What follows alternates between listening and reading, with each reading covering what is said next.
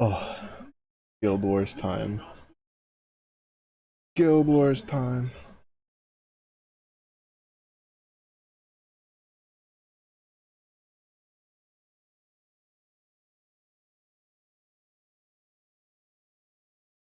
What?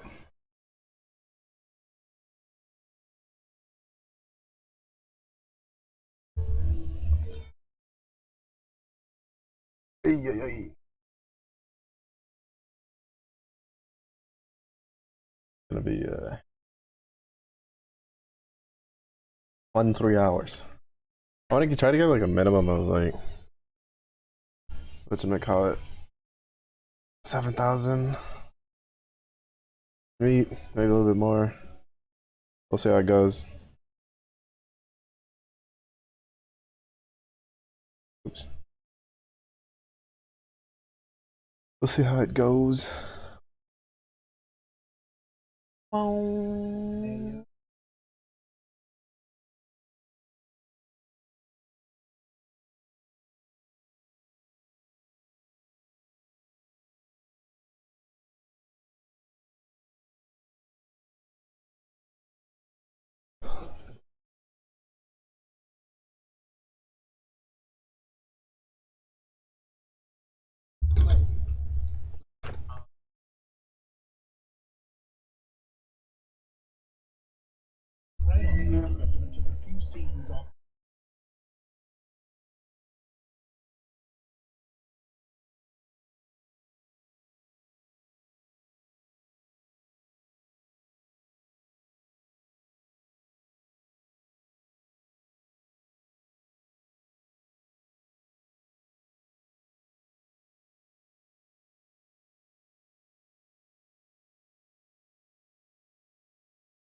Oh, strike time.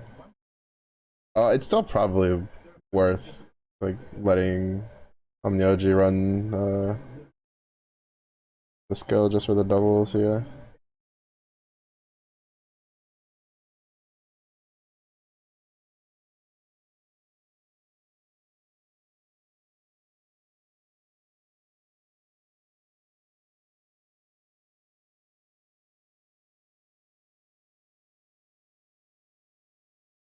My dog is throwing a fit because since I started cleaning, I was like, you know what, I'm gonna toss his bed the into his kennel or cage. And so now he doesn't know what to do. So he's like pacing in and out. Which is weird because usually he's all for being in his cage if I have it open. But he's like, this is not normal. I do not like this. He's picked up that there's something going on.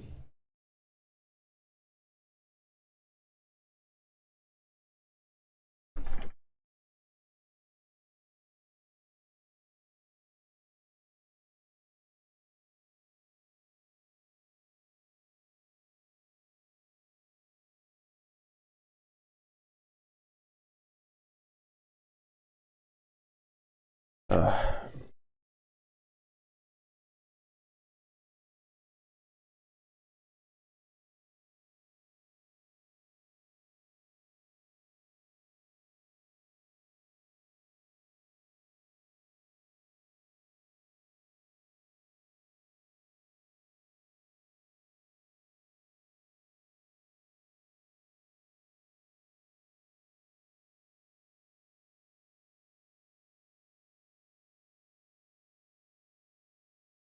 oh, I guess. Wait a second. I need to open this just so I don't have to like back all the way out to check it.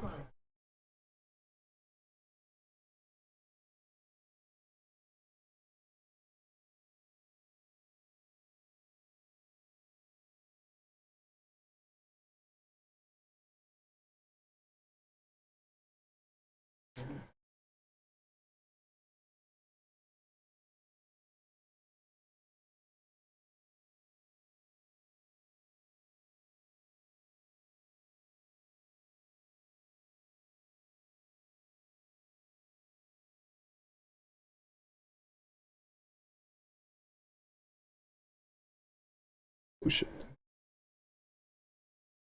I still got it. Let's go, winning. Oh yeah, Titan Quest 2 is supposed to be going into early access sometime in the next couple of months. Depending on how much that costs, I might get added to the list of sucking my savings.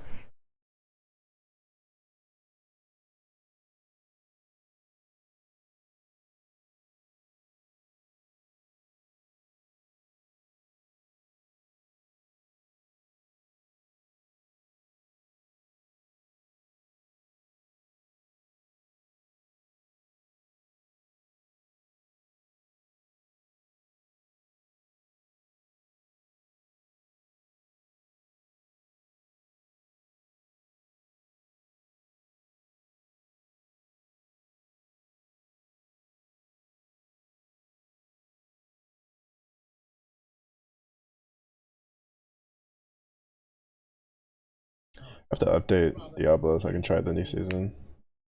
People are saying it's pretty good.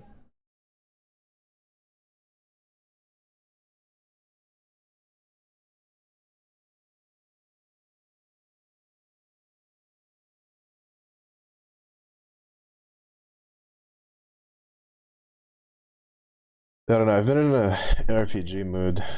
Probably because I have to keep watching people play PoE 2 without being able to play it myself.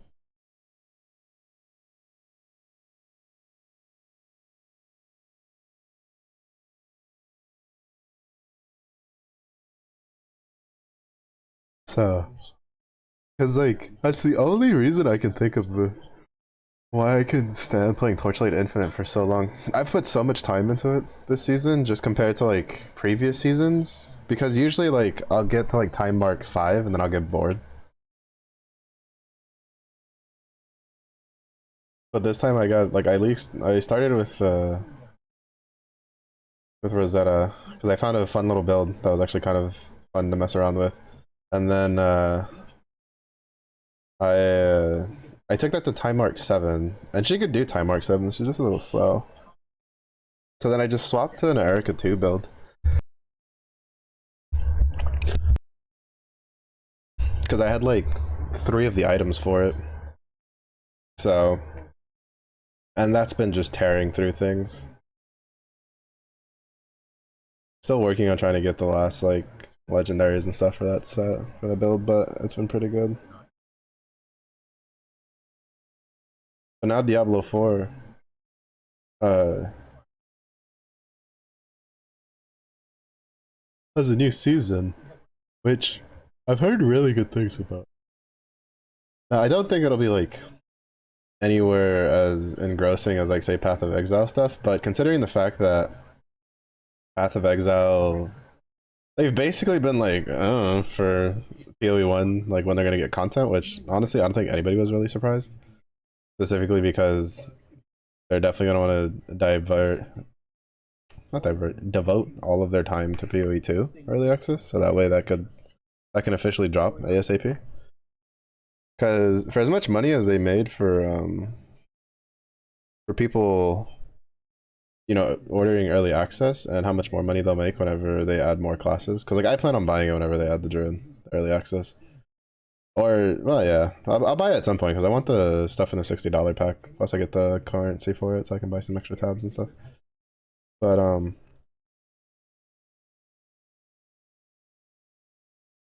the thing is like regardless of how much money they'll make there, they'll make like way more money when they officially like release it, like with working everything functioning in the new skins and stuff and the core packs.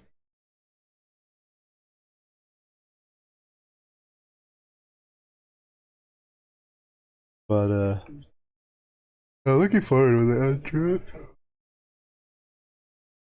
I'm hoping that when they add Druid, they'll add Huntress at the same time, because those are like the 2 big classes I was really curious about trying. And then after that, you know, we'll fit around with like Warrior, Mercenary, whatchamacallit, Marauder whenever that gets added, Templar whenever that gets added, Monk, see how that, what state that's in after.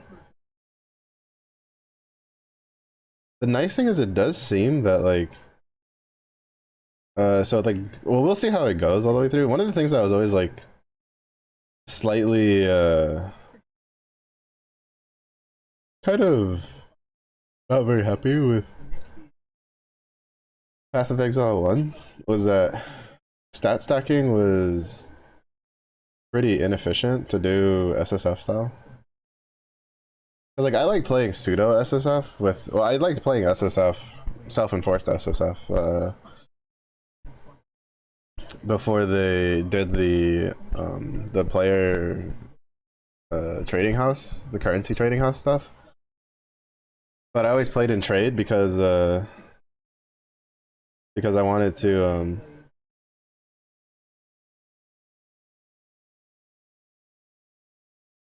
oh sorry but I always played in trade before because I knew people that, like, I ran into people that play PoE, so if I ever got anything that they wanted, I'd be like, hey, here, have this kind of deal. And I'd love to get more people I know to play PoE, because I'd love to play like kind of a group SF, which I've seen some of the other streamers do, but that'll probably never happen. Most people I know aren't really overly interested in PoE. Definitely not to the degree of like doing some sort of like group self find uh group self find setup, because that takes a lot of grinding. But now I play like pseudo that's like quasi SSF because I use the trading house, right, for getting currency and stuff, which to be honest that was huge, especially for someone like me who I don't I don't know what they'll do for PoE 2. There's I think one of the, aside from the game, I feel like once they're done with like the gameplay stuff, uh that's probably going to be the next biggest gripe that people have for PoE 2 is they're like, you made this entire new game, but then you kept the same outdated trading system from PoE 1, which was also one of the bigger complaints that most people had in the community. Uh, Honestly, like PoE 1, I personally don't really care as long as the currency trading house exists. Well, as long as the currency trading house exists and the I can still do what I want to do. Cause what is it? We killed 3 out of 4 pinnacle bosses last league. Cause we killed Shaper, Elder. Oh wait, or what did we do? We killed Shaper and Elder separately. We killed Sirius. We killed um Eater of Worlds and Searing Exarch last league for Path of Exile. And I did that all just by using the currency exchange, because it allowed me to get a lot of stuff. Because I just like I don't know, I don't give a shit about whispering someone, waiting, seeing what they'll give me something, and then going to their hideout, trading it, then getting, it's like such a pain in the ass. As someone who's played MMOs for a long time, like that sort of system being optional is nice, because like MMOs have always had trade. What's up, Zurich? How's the grinding sanity holding up? But in MMOs, trade chat has always been popping. In almost every MMO I've ever played that's had like a living, like a pretty sizable community, they'll have like an auction house, and trade chat will still always be going because people will try to get better deals, stuff like that. So that, you know, so you have like an optional thing there where it's like, well, I can use the auction house, or I can go to the trade chat and try to see if I can sell what I have or something like that, or buy something for slightly cheaper. Like, I don't know. Not to mention that, like, I think most of the reasons they cited for the system, like, have kind of been shown to not really be a thing, because it's the current system, and in PoE 2, one of the biggest issues that people are complaining about is the bots. Because what's happening is that like people will get bots and they'll list something for really cheap, and then like for way cheaper than it's worth, and then a new player who doesn't know better will also list theirs for really cheap, and then that person will swoop in, buy it for really cheap, turn around, flip it for what it's actually worth, and make a shit ton of money. Which, you know, in an auction house system with a history track, it's a lot harder to do that.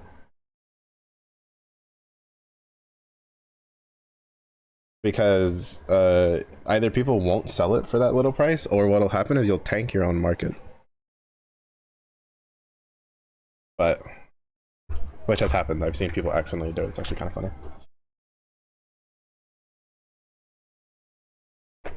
But yeah, I don't know. We'll see how it goes. I'll check out the hour, like how much we got for meat. The goal is to get as close to like anywhere from like 5 to 7,000 these 3 hours. And then we'll dump it tomorrow night into the nightmare level 90s.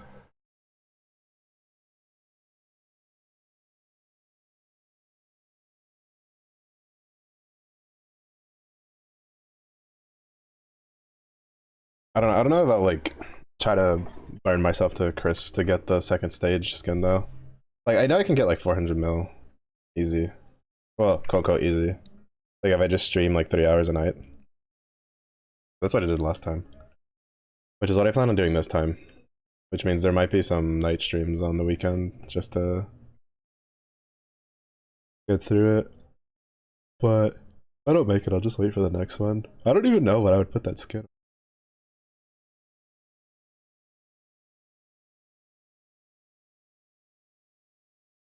Like I like the skin, I just don't know what I'd use it on. Cause like I guess I'd toss it on Viking for a while. It's just I really like using the turtle skin.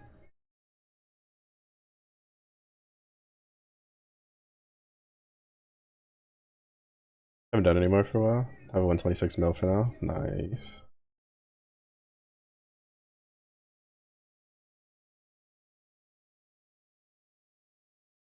Here's how much I'll have by the end of it, because I don't plan on touching the Nightmare 90s until tomorrow. So we're not gonna get like a whole bunch per run. And considering that it'll only be like marginally faster, because Nightmare 90 would just take a quick summon plus the skill.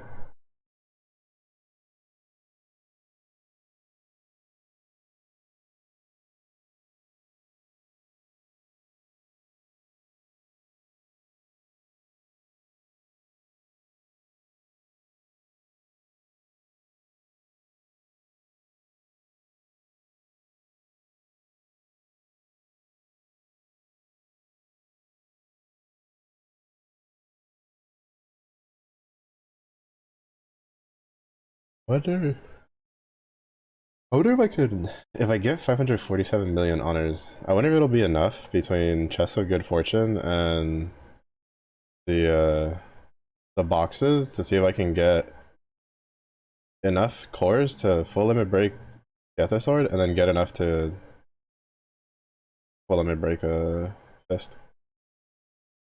Draw setting for the token box, you can set it to be able. Oh, right, I remember they were gonna put that in there. I should fiddle with that for at least the first 20. That way I can get everything out of it. All them juicy gems. I don't know if I'll make enough to use it more than once though. Well, it's up to, right? So like I'm guessing it'll just use all of your tokens and just, you know. Okay, yeah. So if it's up to, then yeah, we'll definitely use it more than once. Because I think last time, I think I was like 30 something bucks. I didn't get to the 40 bucks. I know that much.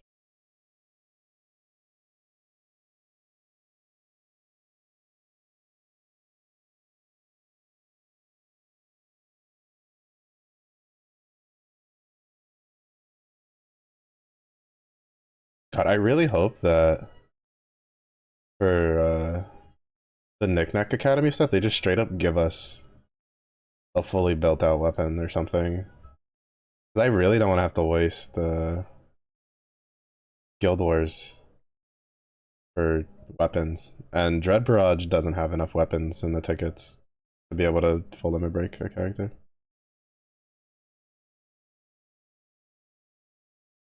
I did 20 and I'll use everything even if you don't have enough for 20. Sick.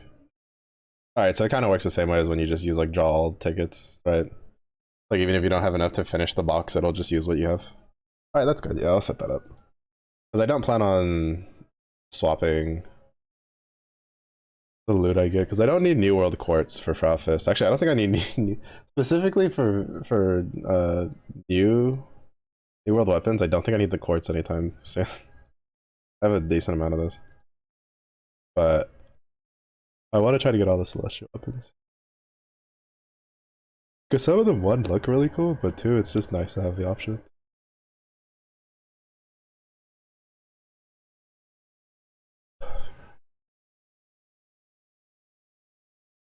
Because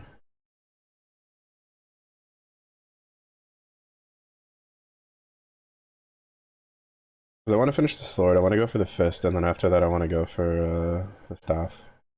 It's like the planned order that I have at the moment.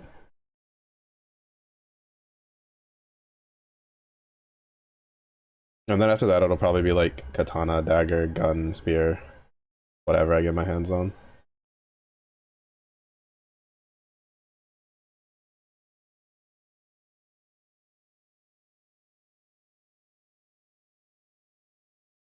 Because I want to get it, I want to at least get as many of the celestial weapons done before they start adding those cores to like other things. Because I have a feeling that's going to be an eventuality. It might be something Guild War related, it might not, but I feel like they're gonna eventually add those like celestial cores to for like uncaps and unlocks for other items down the line.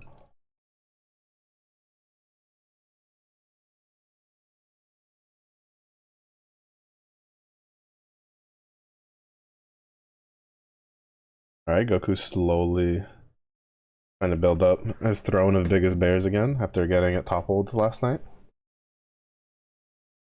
See how long the streak goes this time.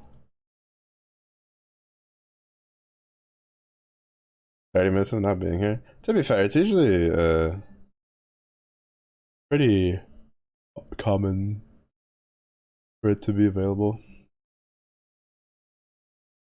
I think aside from you, the only other person who regularly redeems it when they show up is Slinkster, and Slinkster is usually like working.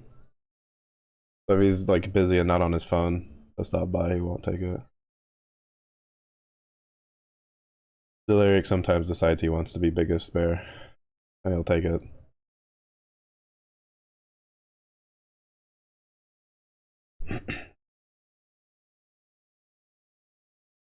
But you're better? Wait.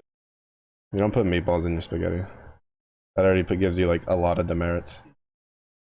I don't make the rules, Goku. I just enforce them.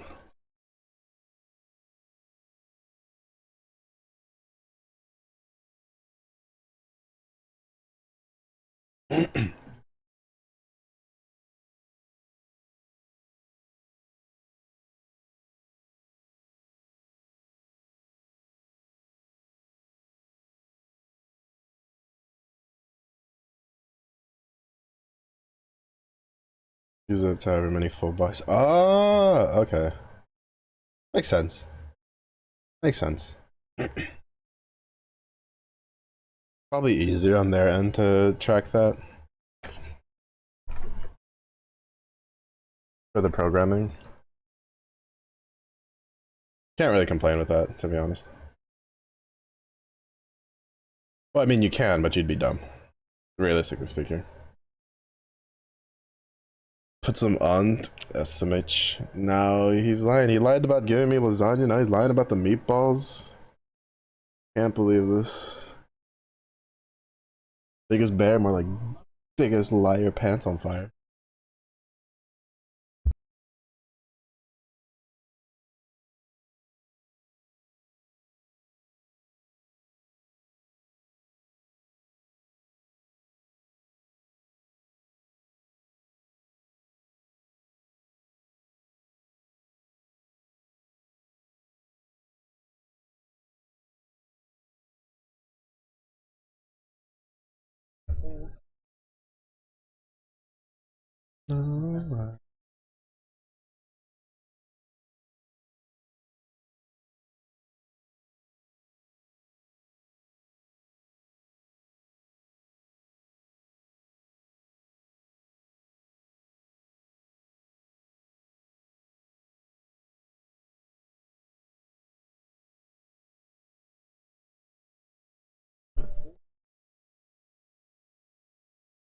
But yeah.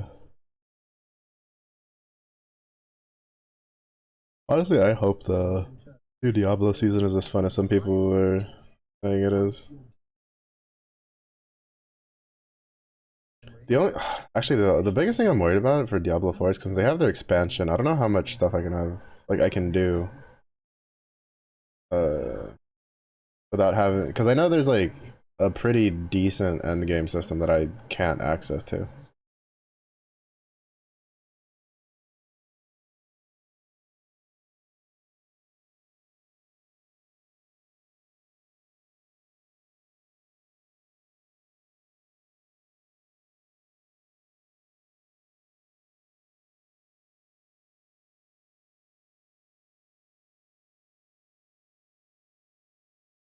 If not, then I'll just go back to playing Torchlight Infinite. It's not that big of a deal. Oh, speaking of, I saw a video of the, I think what is it, Arc Knights, Einfield or whatever. Their like new gacha game they have coming out. It's so ironic because I was literally talking the other day how when I had first heard about Genshin. All right, so when I first heard about Genshin, had been right after I finished playing Xenoblade Chronicles, the first one on the Switch, and or at least I think I was like in the middle of playing it or something. I don't know. It was around the time I was playing it, and I heard about like, oh, you can have teammates and you'll you know, you can control them and blah blah blah. And I thought that it meant like Genshin was gonna play like Xenoblade, right? Where you just have like your four characters and they're all running out and they're doing their thing while you're doing, you know, while you're fighting stuff and you can like swap control. But that's not what it was. It was like, you know, swap between character kind of deal. Which fine, whatever. But uh the Arknights one apparently is like that. I don't know if it has as much control as the Xenoblade one, but it has like all the characters of your team on the field and like you'll be attacking and they'll be attacking too. So whenever that comes out, because it's in beta right now, I think, like closed beta, whenever that comes out, I'll probably give it a try. Because I did like Arknight's designs for the characters. I just didn't like how the gameplay mechanics ended up having to be played in the later stages. And then I got extra salty because it didn't give me the one character I wanted because my luck is bad. Oh, my bagpipe. And then I never went back to play it again. Because I was just too lazy.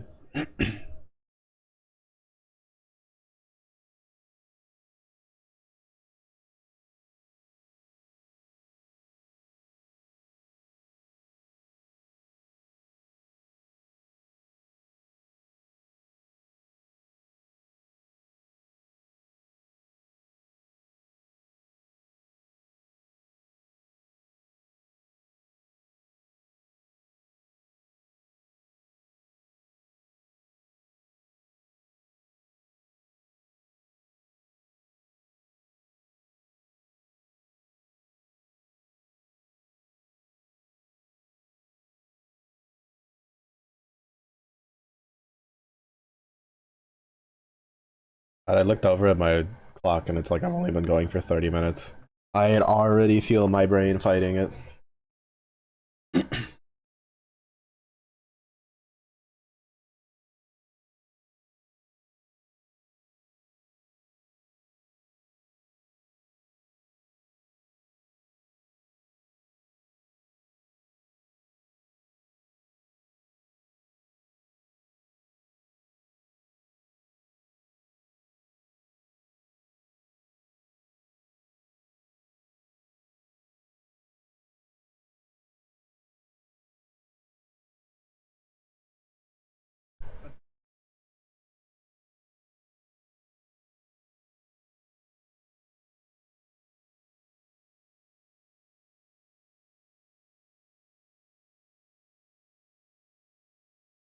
Oh, really earlier today, someone using the Fire Goldman Spear for Super Baja Solo.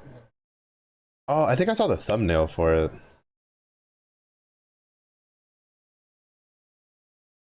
Was it Chevalier that they were using?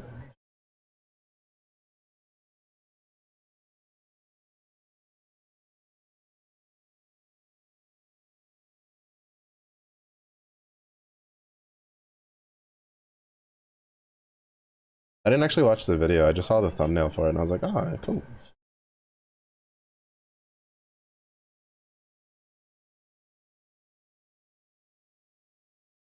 I think they did a pretty good job with the rebalances, honestly. I've been seeing a lot of different things pop up. I've seen like 2 different videos pop up for the bow with Kengo. Seen a couple of videos for burst with the wind spear.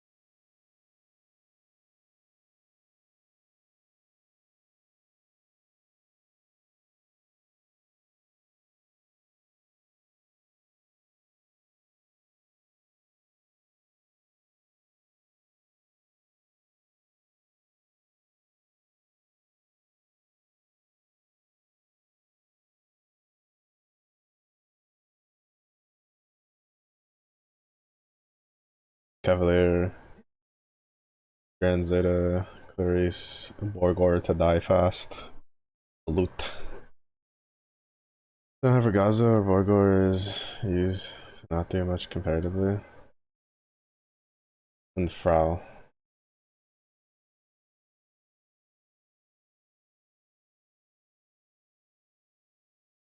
Obviously, it could just be a case of they just want Frau up and running uh, immediately.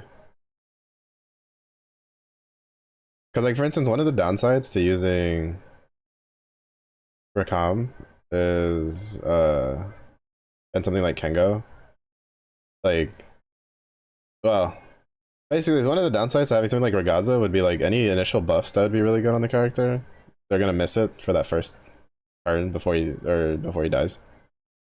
Well, if it's, like, off element and dies, then it's just there, ready to go. I don't know, I'm assuming. Could just be they just like Burger, and they're just like, I'm a Burger man. I'm gonna put him in every team I can, even if it's just to sack him.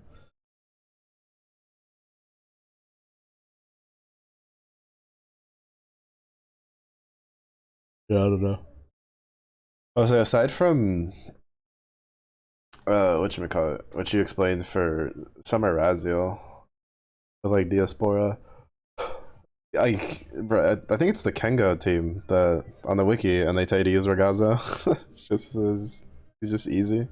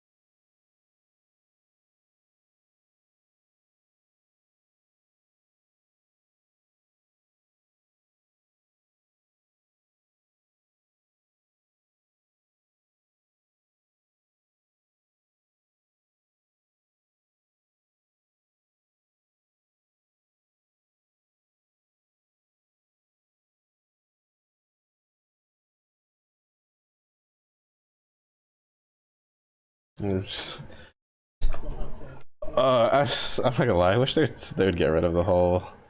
You can only use your friend summons a couple times.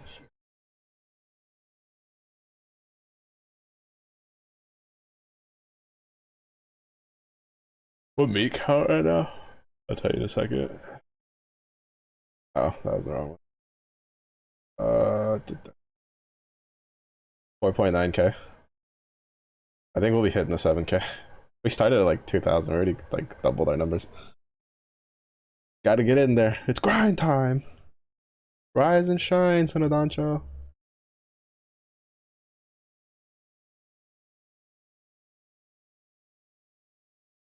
Yeah, that was started at 2k with just farming a little bit during my breaks during the day stream while studying, and then did a little bit of grinding,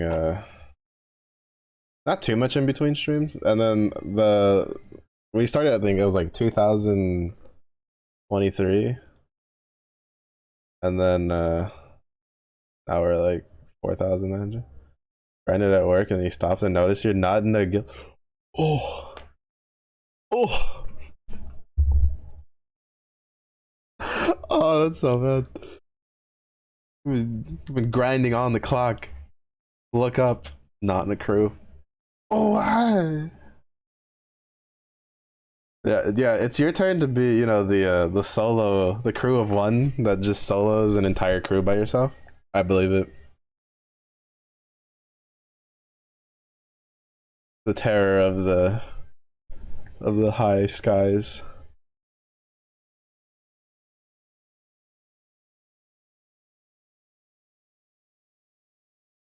Did your old crew like disband or like what happened? Do you know? Because I've been in the crew I'm in is the one I've been in for like I think like 5 years at this point. It was one that like another person I knew who was in a crew.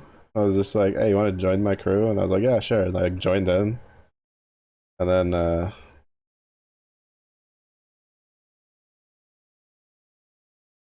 I've just been here forever because we're super dirty casual. We're like tier B casual players. I say as like every once in a while we'll hit like tier A if it's the right element because of our primal lords. Take a break for 2 weeks and come back and get kicked out, oh, brother. That is some sweaty shit. Oh, I could never be in a crew like that. I take like just like a couple months of a break from Grand Blue sometimes. Well, to be fair, usually I like log in, get my login stuff, but like, okay, what is this? What is this? You're ranked 229 and you don't have Transcended. You're ranked 296 and you don't have a Transcended Leviathan and you have it on your fucking support thing? You have to be shitting me, bro. Brother. You're not like level 50, that shit should be good to go.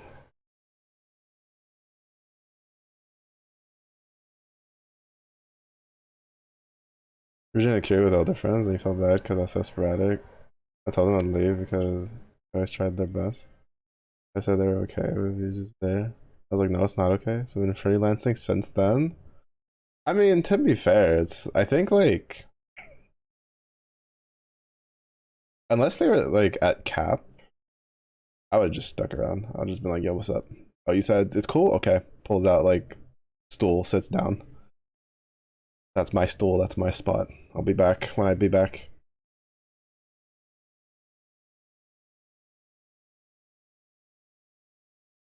Because we definitely have a couple people in this crew that like they try hard.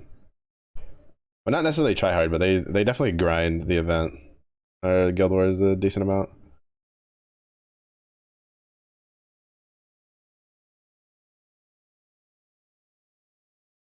Go back because they're like, oh no, I'm taking up a spot. I've been squared up like damn right. Recruit, attention. I may only be here once every 3 months, but I was here first. I'm above you. Guys, see, Senator, you gotta establish dominance. Show up with like a drill sergeant hat. Recruits that have been there for a while, it's just like, who are they? It's like, tweet, tweet, don't look at me. Don't even breathe my general direction. You're nasty. What are you saying? I don't know. I was in like I hopped from a couple crews from one crew to another. Uh, when I was first starting out until I met the friend who played this, and then he was just like, "Oh, I have a crew if you want to join. And I was just like, yo, I'm casual as shit. He's like, don't worry about it. So am I. And I've been in this crew ever since.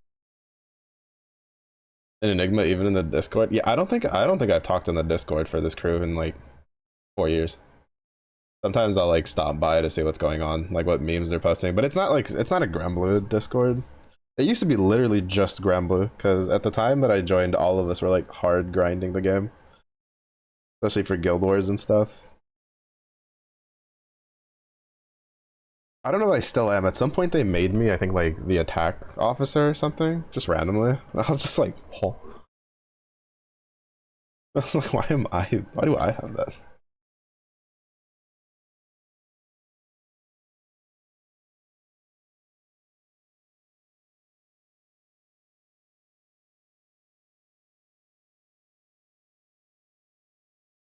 Yeah, I don't know. I don't.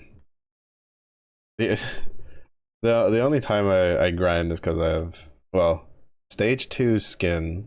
Wait, actually, what? How many honors do we have? We're only at 33 mil. I might be able to get to 100 mil today. If I can get to 100 mil today, that'll make the next couple a lot easier.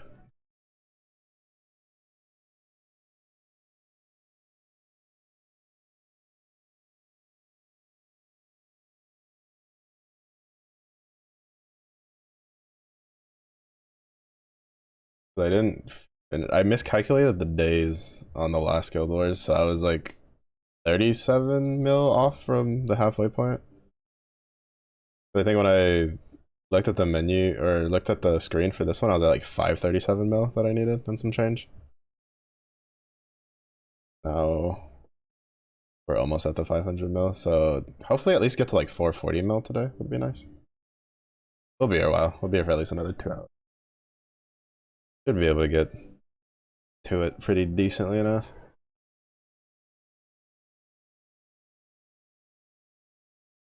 The only thing that's like kind of sucky about like Guild Wars is, especially when you're like meat farming, like it goes so fast that you really can't do anything else besides like watch a video.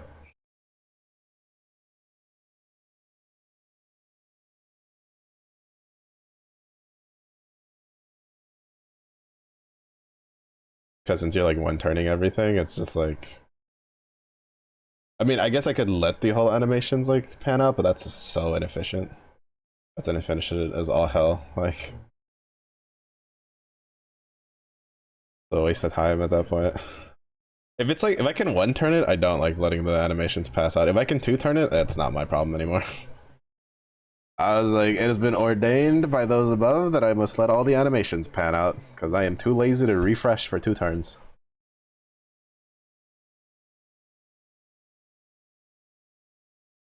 Meanwhile, me during Diaspora host proceeds to start refreshing because I'm tired of seeing Diaspora. So tired of that fight. So tired of that fight, but it's so easy to host. Fuck. Good times.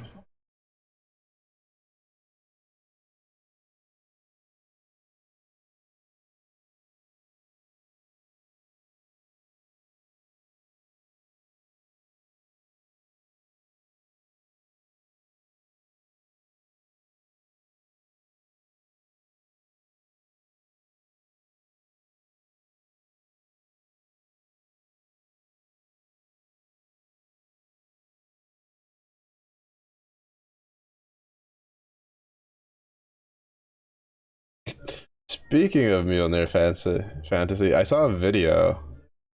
It was called like the Mjolnir debacle or something like that, from someone like documenting it on their. I was like, that's wild.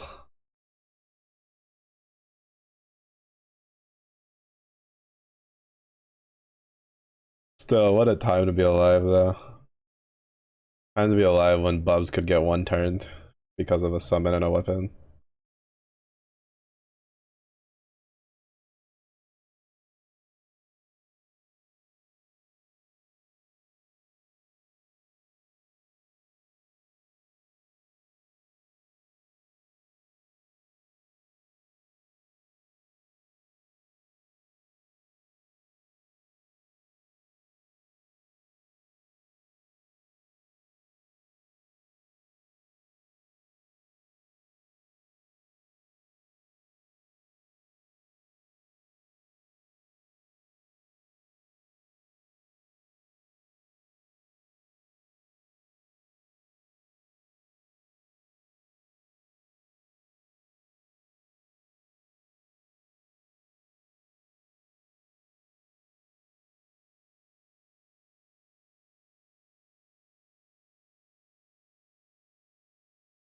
what was it? There was a game I was watching.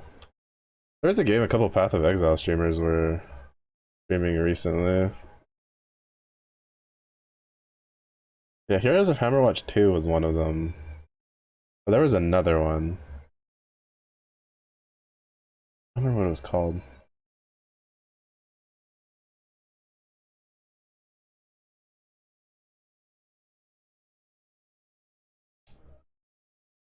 Oh, what was it called? Because it looked kind of interesting. Not Grim Dawn, I own Grim Dawn.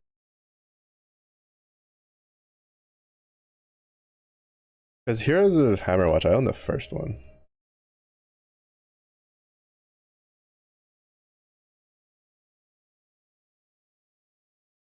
Oh shit, Moonlighter's getting a sequel. Or jazz requests, or do you have something you've been itching for? You can just share whatever. Honestly, at this point, I don't know if you were here for the during the day streams, but I'm making a viewer playlist basically. As people send in song requests, any songs that like I vibe with or we vibe with, I add it to a playlist, and when that gets long enough, that's gonna be like the stream playlist for the most part.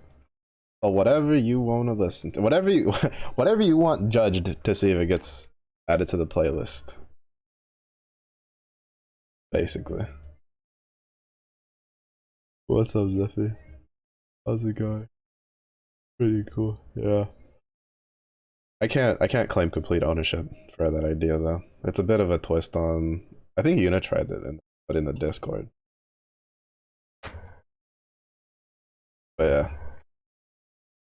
But I felt like this is a pretty good way. The only downside is you kinda have to do Spotify. But I was in metal to wake you up. The monotony.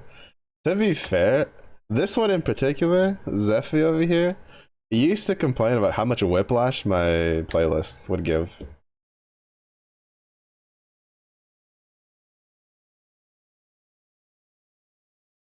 Cause there's a couple times on shuffle, my play like well this one not so much. This one's like kind of has a very at least samey like there's a lot of songs that are pretty similar, but it's not as often. But some of the older playlists like was just a melting pot of different songs that you'd have like a sad song, then like a metal song, then all of a sudden like a country song, then like hip hop rap, then back to like heartbreak era to like. And then somebody would be like, "Dog, I need a neck brace, bro." Like whiplash, and it's like this is toughening you up.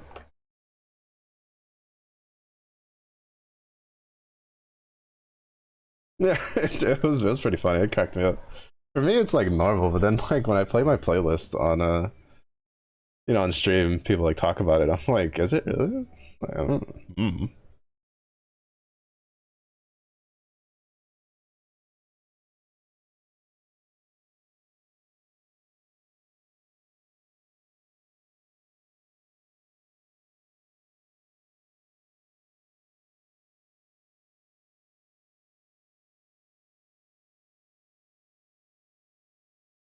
God, what was the name of that other game that people were playing that I wanted to?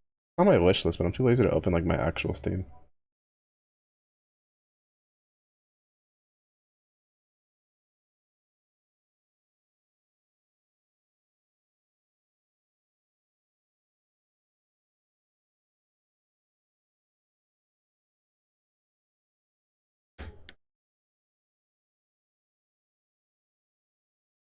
I will say there's what is it?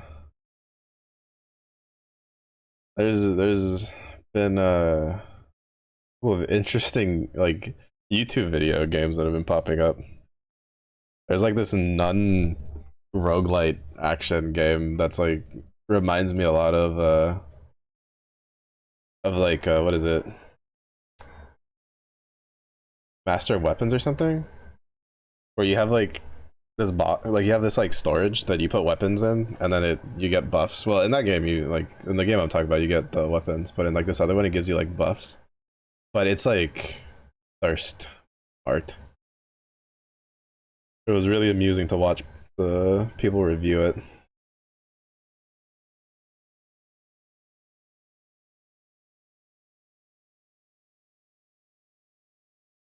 Because they'd be too busy.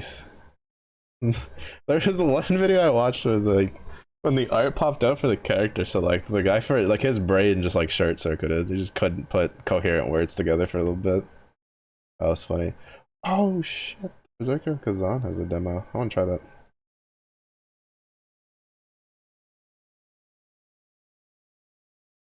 You know, that's a game that I wish they would do a sequel. Dungeon Fighters Online. That's a game I've always wanted to get into, but then I always heard about like how bad the pay to win aspects for that game was, and then when I tried it, I just couldn't really get. I'm not really big on side-scrolling beat 'em ups. I'm not gonna lie, but the class concepts they have in that game like sound so fun. Because I was looking forward to Project Barbecue, which was supposed to be the like sequel, quote unquote, to it, but then it became this Berserker story game, story RPG, story action RPG game that I've heard good things about. I mean, the demo on Steam I think has like very positive, but it's not what it's not what I wanted.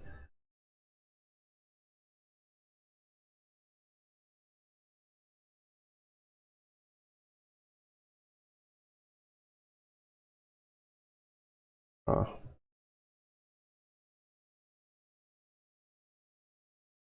Uh, oh, Zephy, is there like an actual event for New Year's in Warframe, or is it just here's more things to buy? I always forget. Not that I'd probably play it anyway. I'm waiting for the Lunar New Year event for Guild Wars 2 to start up. I was talking with Rook about that the other day, and he was like looking up the previous the previous like like start dates for that, and it was so all over the place. It was like end of January, middle of February, beginning of January, like middle of January, like beginning of. It was so weird how inconsistent it was.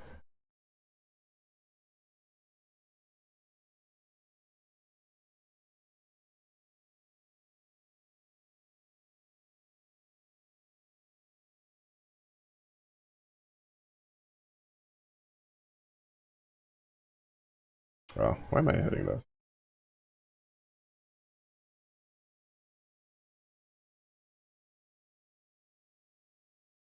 Wait, is this the sequel to? This is a sequel to Ender Lilies, isn't it? Or like made by the same people? Wait. Yeah, Ender Lilies, Ender Magno. Oh my goodness, they made another game. That's fucking sick. I didn't know that happened. That came out. I want to get Ender Lilies. That's on my list of games to get. It's not generally the type of game I would play, but like the gameplay loop seemed really fun, and the art style is pretty good. But now they have a new game, Ender Magnolia. Here's what the story for that one is. I've watched I don't know how many playthroughs for Ender Lily. It's a sequel. That's so cool. I didn't know that. I didn't know they had come out with another one.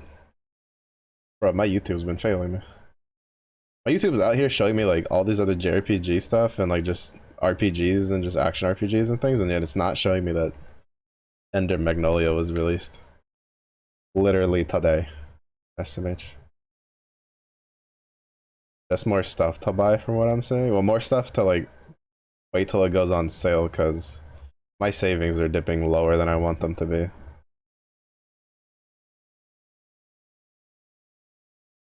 Learned of it earlier today from Ina streaming it, of course. Dorime. Well, I've been getting. She's been playing PoE too, so like I've watched a lot of PoE 2 stuff, so I've been getting her clips again on my recommended, and I am, as a Takodachi, I haven't been able to, like, I don't really watch any of her streams anymore, though, because, well, I do this now. But, like, it's been so good to be able to watch her clips again. It sustains me.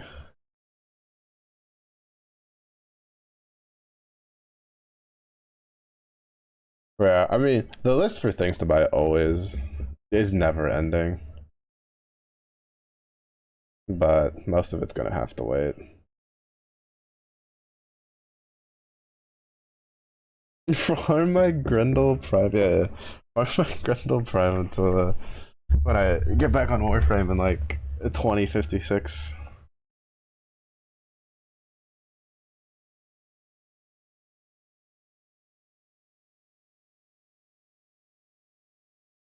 I'm not gonna lie, I'm gonna be annoyed until I remember what that other game was.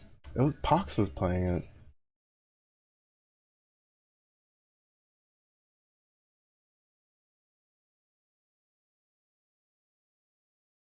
Ad starting soon. Hero Siege, that's what it was called.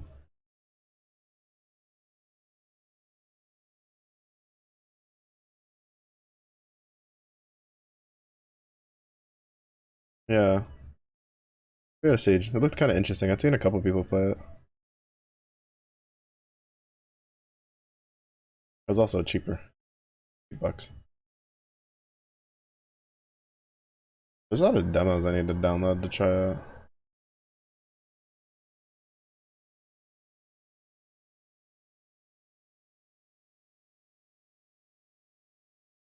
But yeah, the next purchase, like the next games, like new games that we have, Monster Hunter Wilds end of February, and then whenever they add Druid to PoE 2, I'll buy early access for that. I don't know when I'll stream it, because again, coding is like my main focus. And if I can land if I can get something where I can make money while coding, that'll probably just still be the day streams. Just me streaming whatever work I do. If I can get like a work from home thing, which would be really nice. And then hopefully with if I could get some income, we can go a little bit more, stay a little bit more up to date with the games coming out. Because I still need to get the Elden Ring DLC. I still need to get Lies of P. What is it? The that Wukong game. The new Dynasty Warriors. I haven't seen the reviews for that. I don't know if that's like doing good or not. I saw Yuki was streaming it the other day. But to avoid spoilers, I did not watch for long.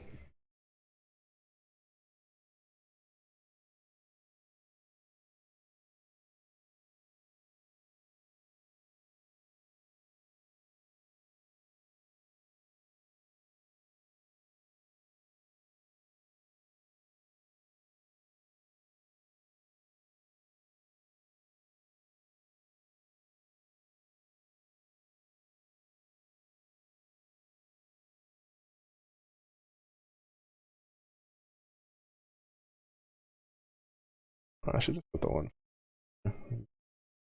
Grab anything higher. That's very positive. The new Dynasty Warrior game. Also $70.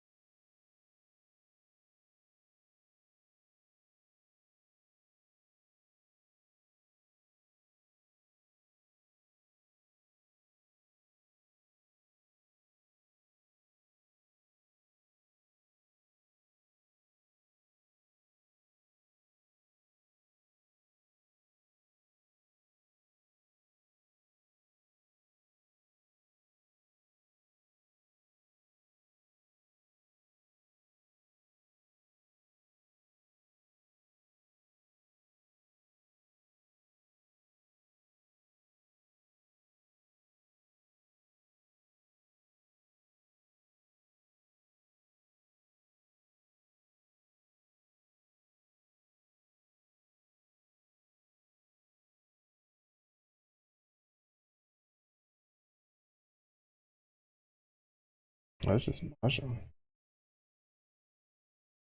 That's kind of interesting. Roguelike deck builder, but through Mahjong and stuff.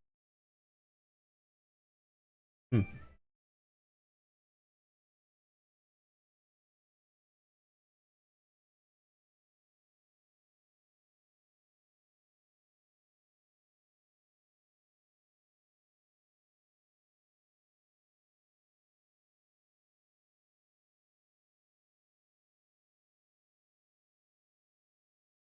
Honestly, before I like buy more game backlog, I bought all those JRPGs and then I got into coding, so those are just sitting there waiting to be played. We need to finish the Atelier Ryza trilogy at some point. I'm a future boss coming to stream, so you can gaslight him to giving you a raise. Like realistically speaking, I would never want anybody, especially not someone with the capability to decide whether I can keep working or not. It's such a bad idea. I have to like that's the conundrum I'm running into is I have to figure out a way to put skills I developed from streaming without like telling them I'm streaming. Like I need to see if it's like acceptable for me. It's for them to be like, well, would you show us your link? And me be like, no. It's like realistically, no. Not really. I'd like to keep that separate, thank you. Which then makes it hard to put down on a resume. That's like being like, I have a diploma from, I have a degree from this prestigious university. Can we see your transcript? No, I'd like to keep that private, thank you. I don't think it would fly very well.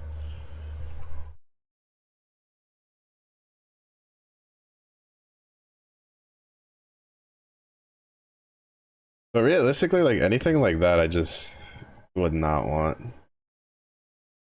to just there's a reason a lot of places suggest keeping work and home separate, especially in this day and age. I've seen people get fired for some of the dumbest things.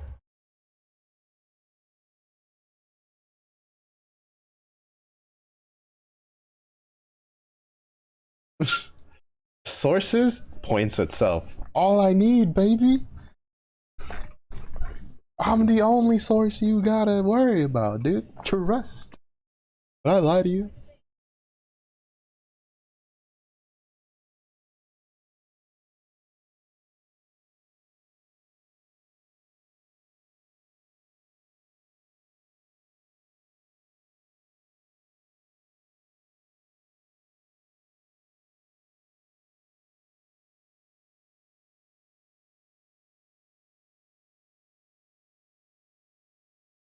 Like, I mean, realistically, like, I don't know. I'd like to get good enough at coding that I could, like, well, one, obviously I'd like to do it as a job, just get paid while doing it, because I thoroughly enjoy the process.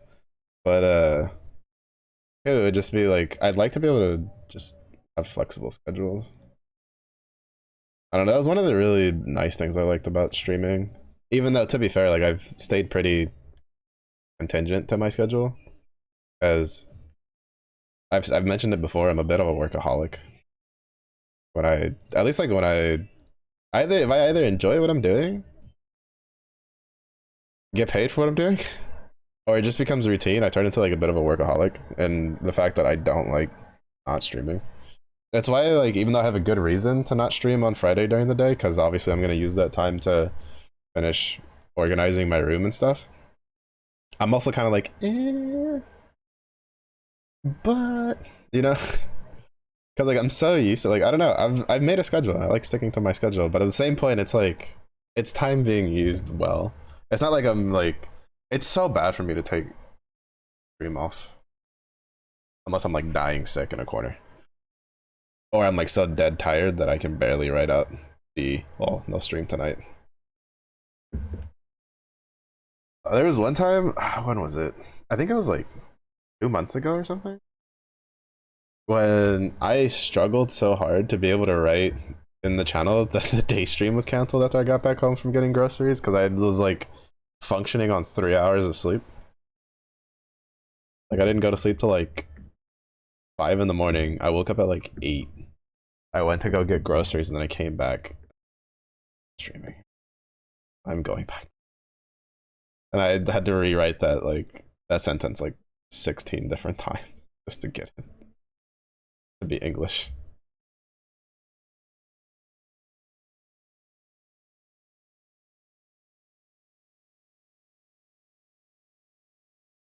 I don't know. The one downside with like streaming is it's like I don't know. I guess like I don't know. I don't know. I don't really consider myself super entertaining, but I wouldn't know because I'm like my worst critic.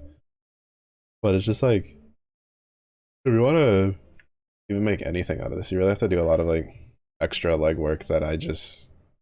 It's like the way my brain looks at it is like, should I do extra legwork for streaming, or should I take that time and invest it in like studying and cutting, right? Like that sort of thing.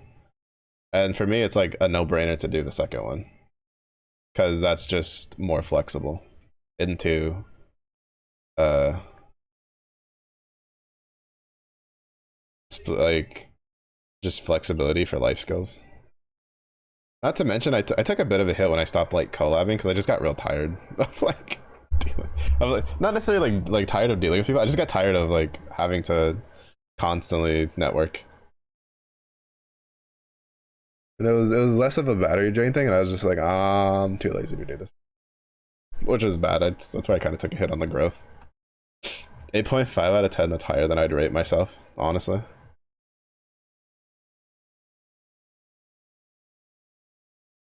That's like much higher than I'd rate myself.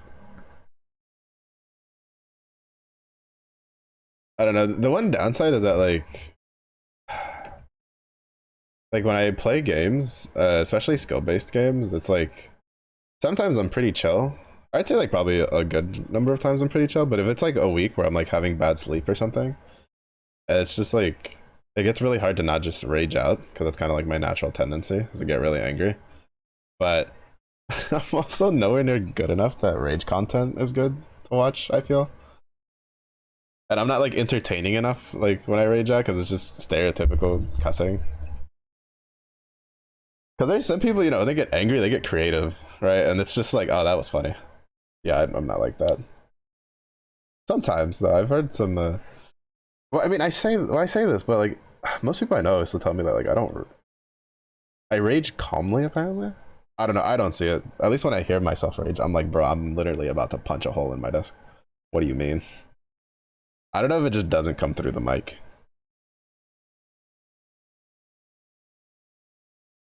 Mm-hmm. Mm-hmm. To be fair though, I try not to scream when I get mad because it hurts my chest really bad. Like if I rage out scream, my chest is killing me for the next like 2 days. Like my sternum and rib cage. It was bad. I mean, to be fair, I sneeze. Like sometimes if I get a real bad sneeze, I don't know. I think there's something wrong with like my lungs. But it's just like I'll sneeze and it'll just be like I guess for me a normal sneeze, and then like my shoulders, elbows, rib cage, and sternum are just in pain. It's like I have no idea what's going on. It's so weird. And it's like it's pretty bad pain.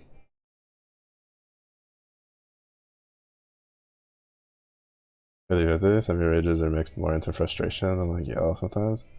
Yeah, like I feel like yeah, cause like I don't know.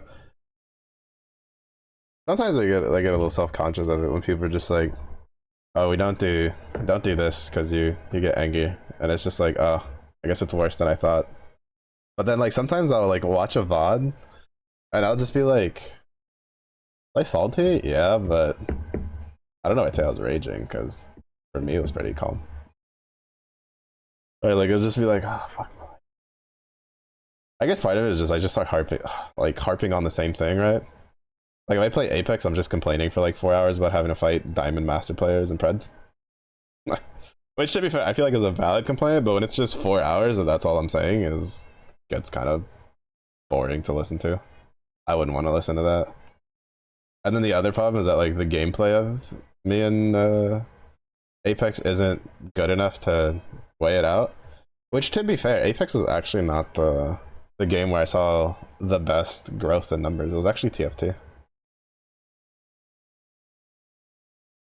Which I don't really think is much of a surprise considering that TFT kind of just fit in the way I like to do strategy games. But that one, oh bro, that That music set, like the way they balanced it, just I hated how the balancing for that went. It was so swingy on some of the patches. And then by the time I would get used to it, they would like do another balance pass and it would just swing back in a different direction. Oh my god, I just wanted to cease. Which sucks, because I really liked TFT. Like, right now I have this weird thing where I want to play TFT. Like, I really do, but I don't like the current set mechanic. I don't like the current set mechanic. I don't like how they took away the portal choice. And I think the excuse they used was pretty weak, personally. Oh, new players can't read one sentence. That's not even a full sentence. So the current thing is, let's see. So they took away the portal, the 3 portals at the beginning now. It just, I don't know if you remember the encounter mechanic from 2 sets ago, where it was just an encounter that was what you got is what you got, right? Basically, they did that with the portal system. So you have like no choice on like what you get. Like the game chooses for you, which to be fair, like I'd say 90% of the times is fine. But the other 10% can be extremely frustrating. Like for instance, if it chooses, I think it's Mbessa, it gives you trainer golems. And I don't know now, but like when the set was like new, you were instantly going either top 4 or bot 4 just off of that golem. There was literally like almost nothing you could do depending on what spats you got, so it was really bad. But then at stage, I think it's what, 4 or 5 or something, they based it off of the Arcane series, right? The anomaly thing, the little weird orb of timeline nonsense. Basically, you get to choose, you get to use a single gold to re-roll it. I think there's currently 60 something, almost 70 options you can get. And it empowers one character, like for the rest of the game. And you can't transfer that power up.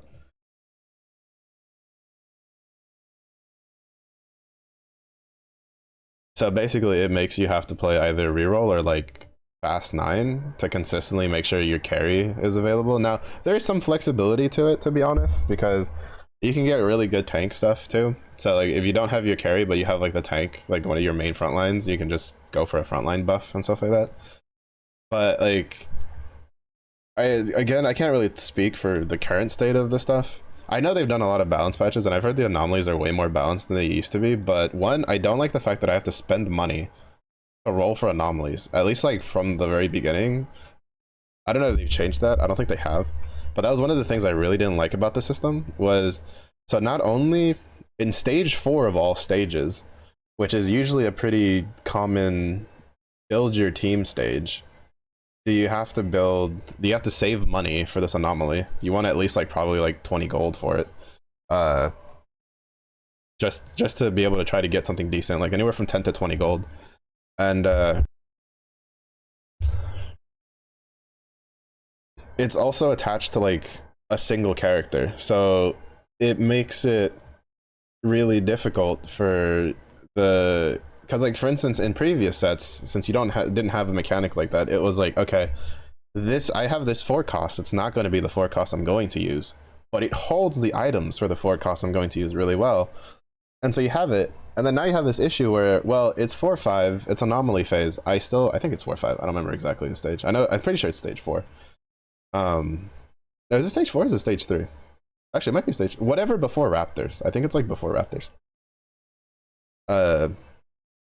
I have to double check. Actually, let me check that before I start talking out of my ass.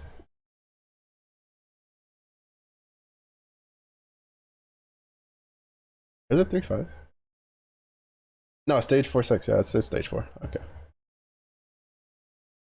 I wasn't tripping. I thought it was 4-5 though. It's 4-6. But basically, it's stage 4, which is usually a pretty important stage to be spending money in most cases. So you have to spend gold on it, and then it's attached to a singular character, so... Which, like, again, to be fair, it's like, by stage 4, if you don't have at least one copy of your main frontline character or your main backline character, you're probably going bot 4. But, I don't know. It was just, to me, it just felt like more RNG on top of RNG.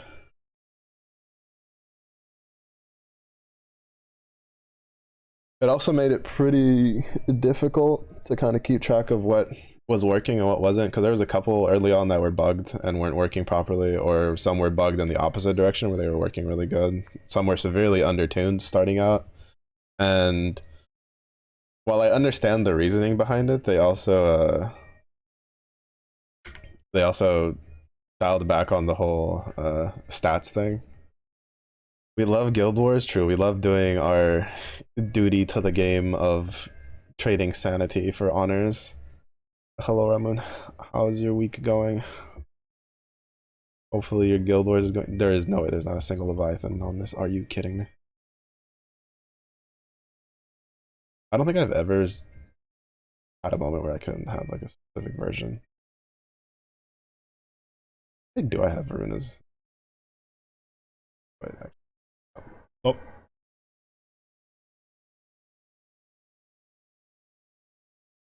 I'm telling you, the summons thing, they need to either like not make it where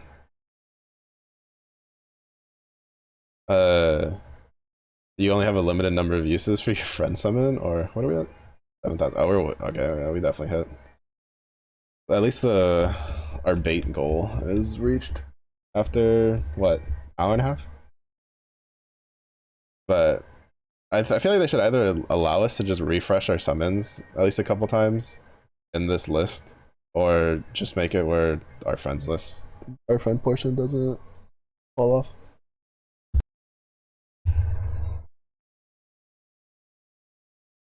Woke up around 7 a.m. JST for no reason. Your body tell you have to. Your body's just like lined up. It's like, wake up, salute.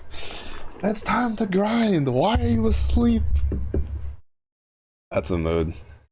I had the opposite problem. My body wouldn't go to sleep till like 7 a.m. JST, which is like around, I think, like 3 in the morning for me. 3 or 4 in the morning. I was just like, let me sleep. My brain's like, no. No, it's Guild Wars. It's coming. And it's like, let me sleep. I don't even know how Zelyric earlier was already like 7,000. I think he's stopped taking a break at.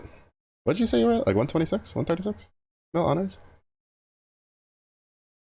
I don't know if he got back into it, because sometimes I think it was like last Guild Wars, he was like, alright, I'm good for the day, and then goes back. He just goes back to. I am like super filthy casual.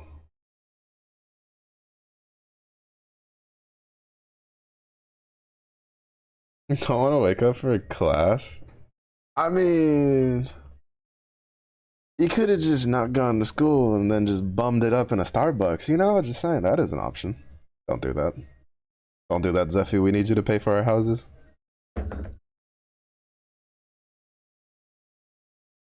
How will we have the housing complex owned by you for free housing for the rest of us? I won't lie, the 8 a.m. classes should just be illegal. As someone who's not a morning person, I can wake up, like, I can have like a full 8 hours of sleep. Wake up at 8 in the morning and I'm still like just half asleep till like 11, usually.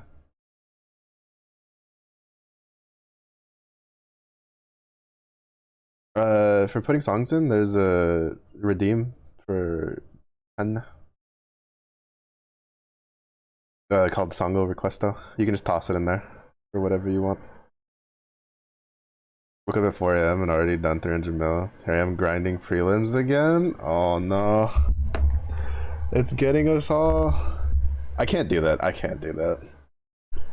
300 mil is like close to like how much sanity I can put for a Guild Wars in and of itself, in all honesty. I think like if I stream it on average, I'll get like 400 mil in a Guild Wars, like somewhere around there. 4 to 450, depending on like what element it is and how developed my grid is at the time. Because some of my grids were kind of weak on some of the more previous ones. But like 300 mil in a day, I can't. I just don't have the sanity for that. I would like go curl up in a corner and just proceed to not do anything for the rest of Guild Wars.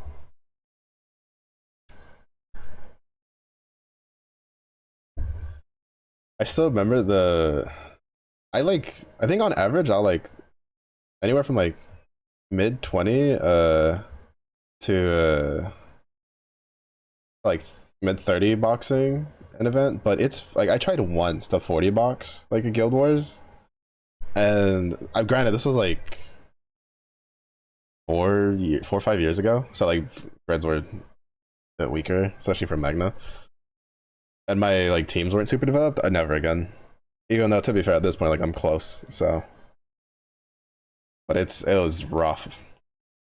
5.5 and I pray for you. I pray that your sanity holds through the rest of your life. Because it's using up a lot of it for Guild Wars, dog.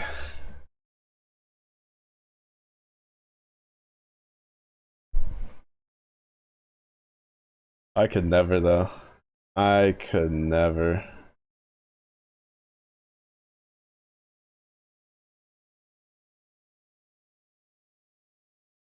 Funny 150 mon-thurs sword. Only have Erish. I don't think I would ever spend money on a gold moon weapon. In all honesty. I'm too much of a character collector, right? So if there's ever like a summer character that's kind of meh, but I want, like for instance, summer Cambero is actually really good. Like I use pick tickets. I'm a dirty pick ticket person. Like even though like especially because the gold moon rebalances, like the 150 ones seem pretty good. I've been seeing a lot of uh whatchamacallit, a lot of videos popping up with some pretty decent performances with the rebalance. So definitely some pretty contentious decisions out there for people that are torn between pick tickets and moon weapons. Pray you find the Dragon Balls to wish back your sanity, because you've clearly lost it all. It's like a slogan.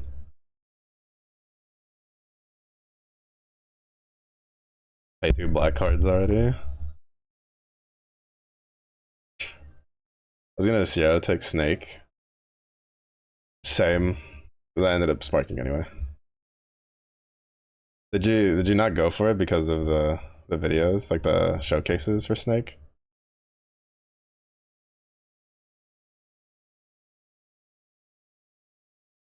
I was honestly so torn between like just using a Sierra Tix on Snake just because I don't really have a reason. Well, I have zero reason to pull on Ledgefest banners right now, in all honesty.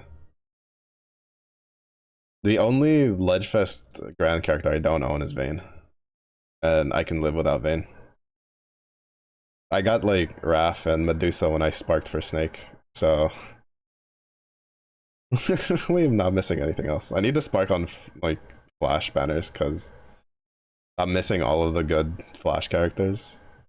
I'm a self-proclaimed Fire Lord without a Zeta. Like I'll just let that sink in because I used my grand ticket on Gabriel because my water team was suffering. Oh, that was such a hard decision. I wanted to get Zeta so bad. She's like the only meta fire character I don't own. I have all the rest of them. For grand characters at least.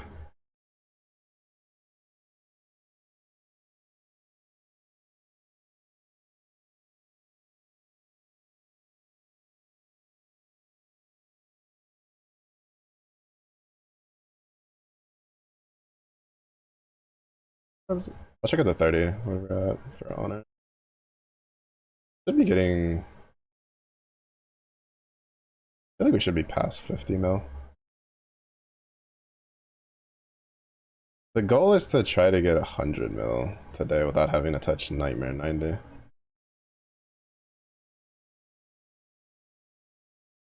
Missing Vayne, Medusa, Michael from Ledgefest, and Oro Wamdas from Cosmo, from Flash. I don't know why I read that as Cosmos. That's because my brain is like, yeah, I'm missing Cosmo. That's honestly, I feel like that's a decent spread though for like missing characters.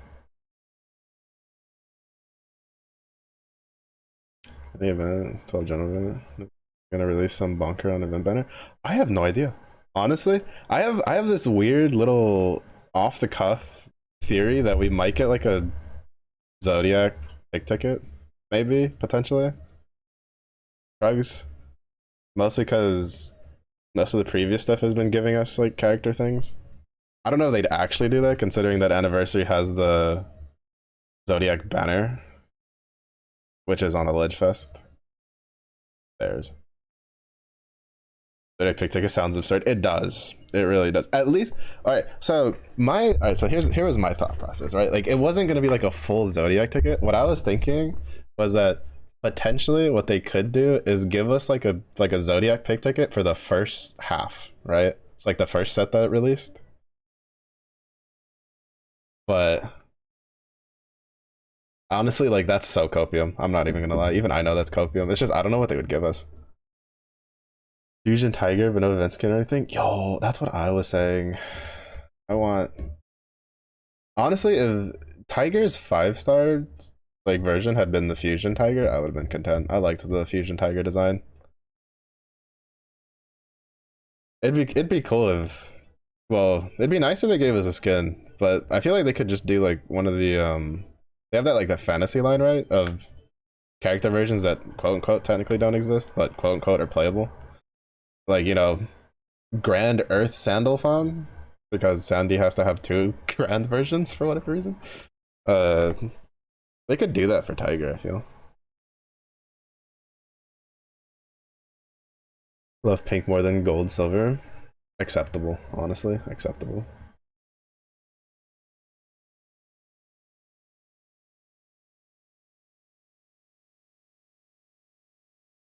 If they give us Ultima one year, I can see them giving us fully done Draconic. Maybe. I don't. Honestly, I don't know if they would they give us that before they added it to the new pages system, since that has the stuff.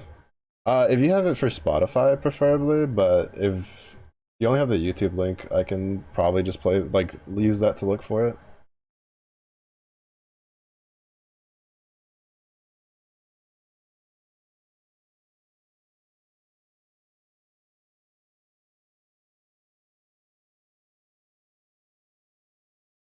Yeah, no, yeah, Spotify, yeah. If you use Spotify, then that works great. 'Cause that's what I use. Makes my life easy. Oh yes.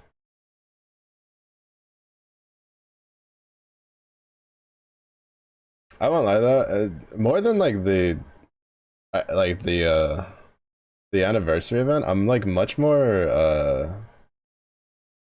what should I call it? I'm much more curious about what the Knickknack Academy step for the Eternals is actually going to give.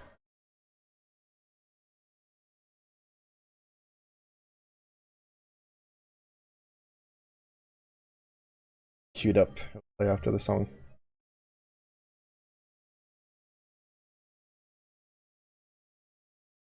Because depending on what that does is gonna dictate on my full limit breaking plans. Well, how much grinding I'll have to do. I really don't want to have to use Guild Wars draw boxes for it though.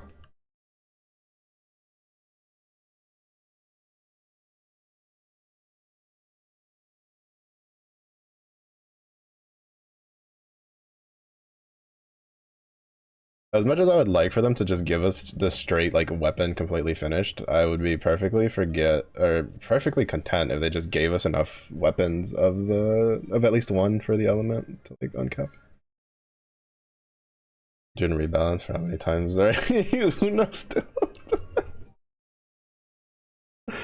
Yeah, eternal rebalance. Yeah, yeah. It's gonna be really interesting. I'm kind of curious, like how they're gonna do it. Like if it's gonna be like my main concern is if the rebalances are gonna be focused towards their transcended versions, because the last one they did, well, the last like big one they did where they sweeped through a lot of them, which was 2 years ago or something. Whichever one they did the Sarasa complete like overhaul, that ended up making her kit worse until she transcended. That one, like most of them were like transcended focused. Like it's I didn't like that. I didn't like that approach at it. The blue bar of it, yeah, that's true. That was pretty funny. I remember watching people's showcases who they did the domains for Uno, and they're like still bad. It's just like, oh, pain. Their full kit, yeah. That's the I don't like that personally. Like I understand it, but I don't like it.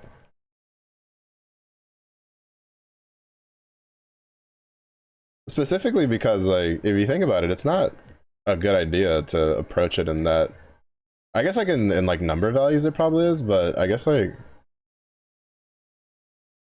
you have to remember that, especially if it's a knick-knack academy step to get eternals, like you're telling a new player to use like what, a 10 draws worth of crystals on a character that's not even that good.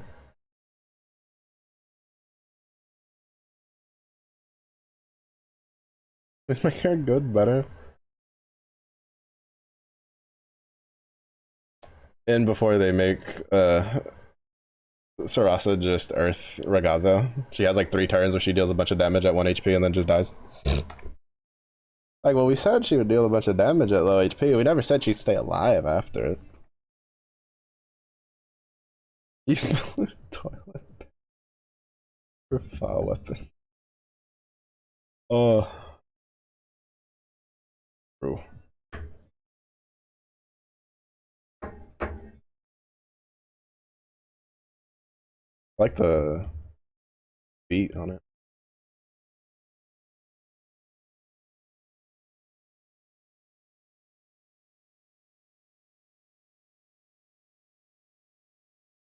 Yeah, it's actually, yeah, you're right. That is right now, isn't it?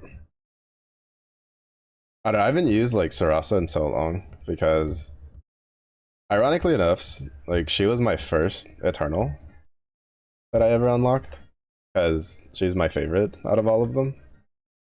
And then I used to use her a lot, way back when like the Eternal full limit breaks were still considered like top dogs. And then they did all the changes, and then I ended up like full limit breaking Octo for, I don't remember why I full limit breaked Octo. Actually, it might have been for Diaspora or something. I think there was like a raid fight that made me want to do it. And then I did 6 for the event, the Eternal event, where they gave us the gold, the gold, like the 50, like the half, and then I used that for 6.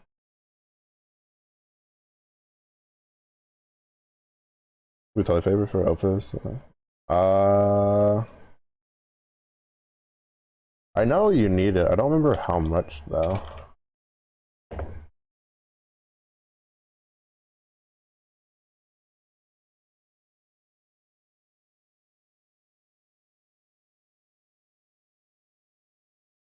Let's see.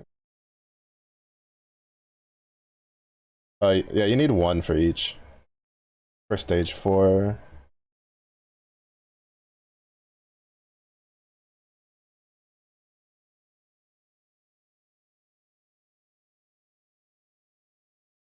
Reziel Spartan Burst, giving her flurry is kind of thing. Pretend that any Office past 220 doesn't exist. Mood. Actual mood. Honestly. Actual mood. That's gonna be me after I'm done with grinding for Frau. That's why I have all these down here.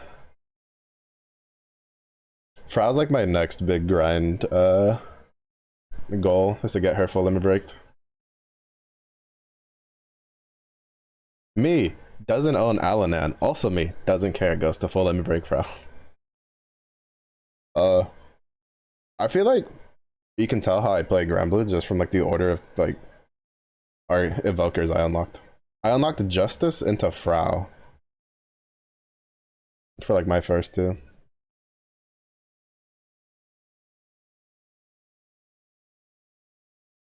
Pause zero that requires actual human communication is beyond. Like, yeah, I think the only, what is it? Hexa, I think is like probably the only one that I kind of want them to put out the like the resources into like an event or something, because I feel like with the Opus you can get past a lot of content with just stage 1 and 2, which you don't need to do the raids for, but there's a lot of grids that are hard to emulate because most of them now they're just running with the Draconic weapon upgraded because it's too good to pass up. And it's like that's so hard to just be without, especially if they want to do harder content.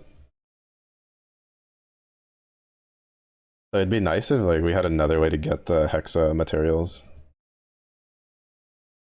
Seasonal version comes out for sure. Watch a seasonal version be worse than it's like. Yeah, Draconic is huge to get that upgrade. Just being able to run both of those together in the same grid. Being able to toss that into the lower section, right, for the extra slots is so big for freeing up grid space while still having a huge bonus to it. Like,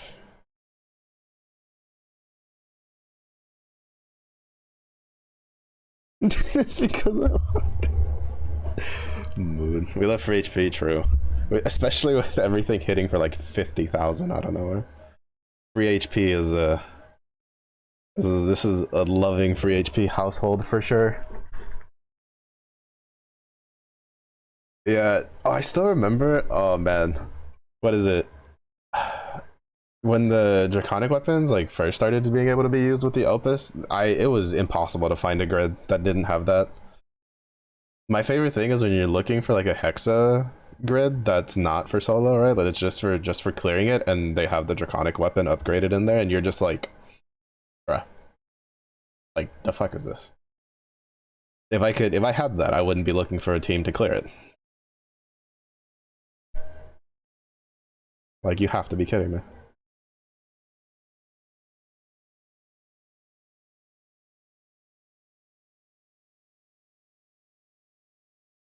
Communication, you keep up with the room pace.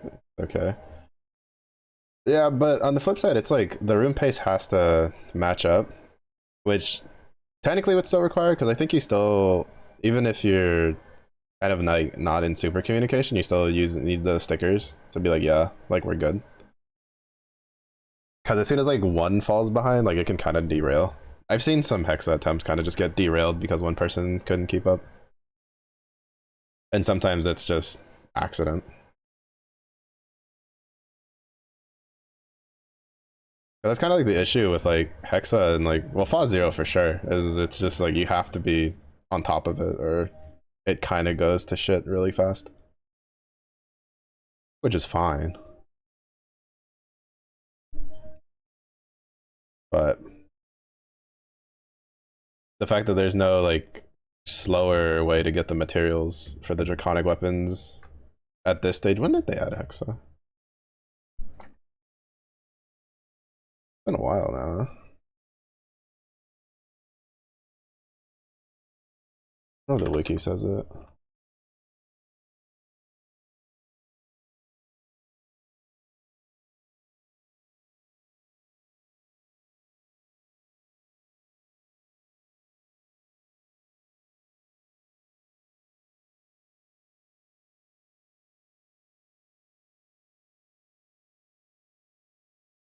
Only 2 stickers, Chotomata and okay. Unfortunately, the only stickers I know is the slime Shion one and the anteater. That's it. That's my vocabulary of stickers.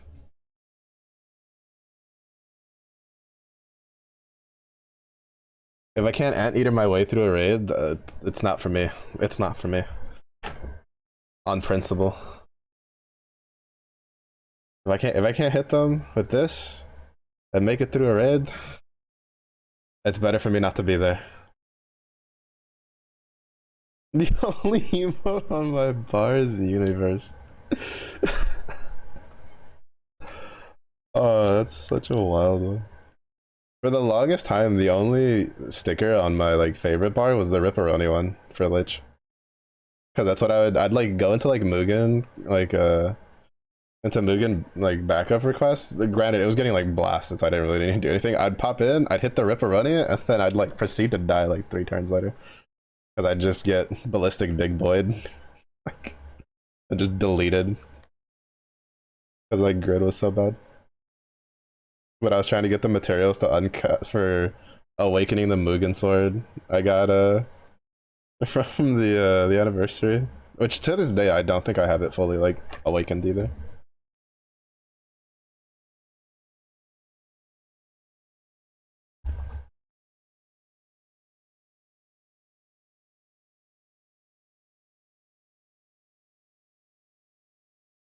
Like this is a Shion household. I'll handle this. Proceeds to die. Oh, do you guys think if they'll ever try to do another collab gacha? I hope not. I pray they don't. Honestly, I was so annoyed that the one character I wanted was in the collab gacha because of stupid dragon. He's not that bad, but still. Please no, they suck. I'll say it honestly, 100%. It was so bad.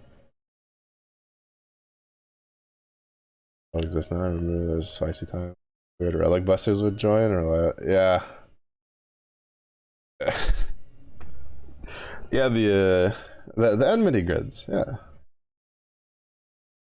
Or you have to like channel like you have to time your cuts in your carbuncles so that you can stay at like 1 HP, and if you misstep it, you're just like dead.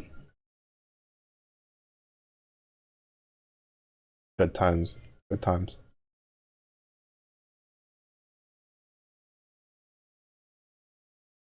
Funny for Peru. Yeah, like Mugen's not like too bad. I just have to set up a team that can at least get 4 mil before I open it or get close to it. But to be fair, I haven't tried it since last time I tried was before they even Magna 3 was even released. And I just like my grid was so bad. I couldn't keep up with everybody else.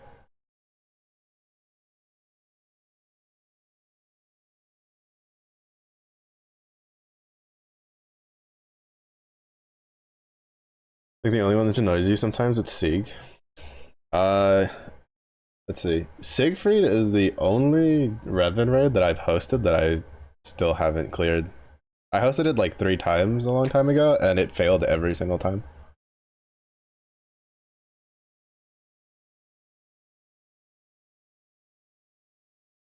Because he would just spiral out of control and just kill everybody.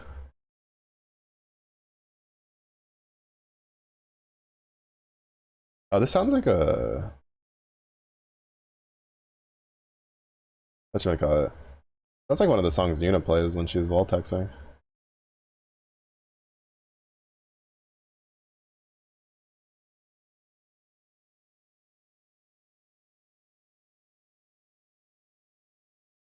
Also sounds like something that would be on OC.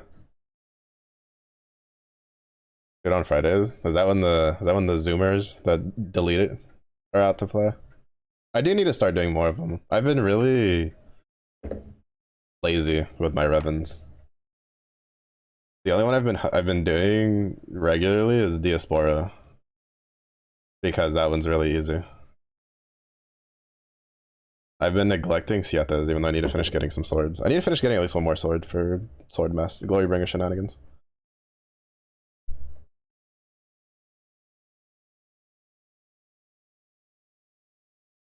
Takes a really long time to cook. And sometimes he's the one doing the cooking.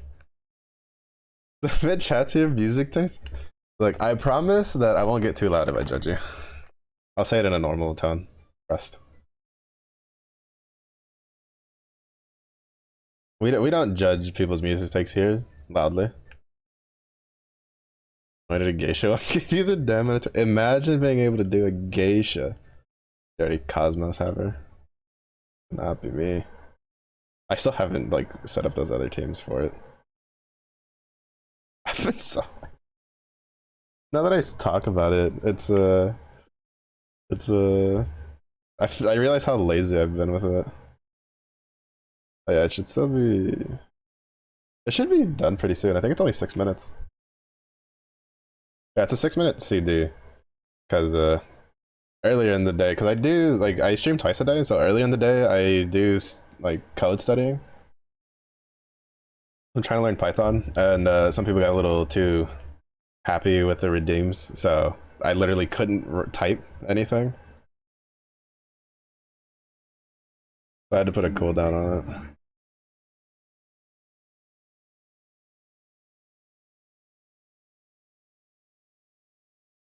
Line this up. Put it on.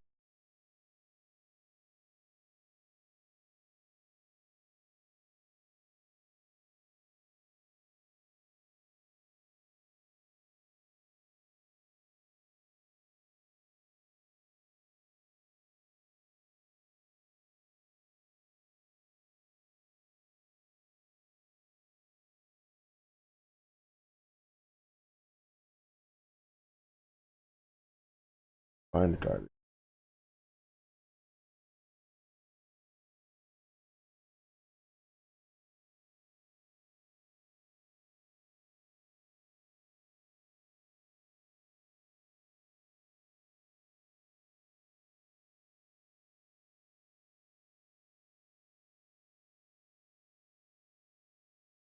Do you know which song specifically that one is?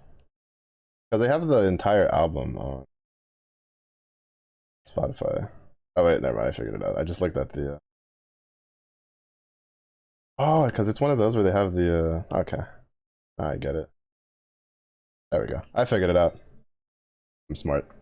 I was like, album name, but not album length. I figured it out. It's one of those where the one of the songs is the same title as the album. We got it. It's queued up, ready to go.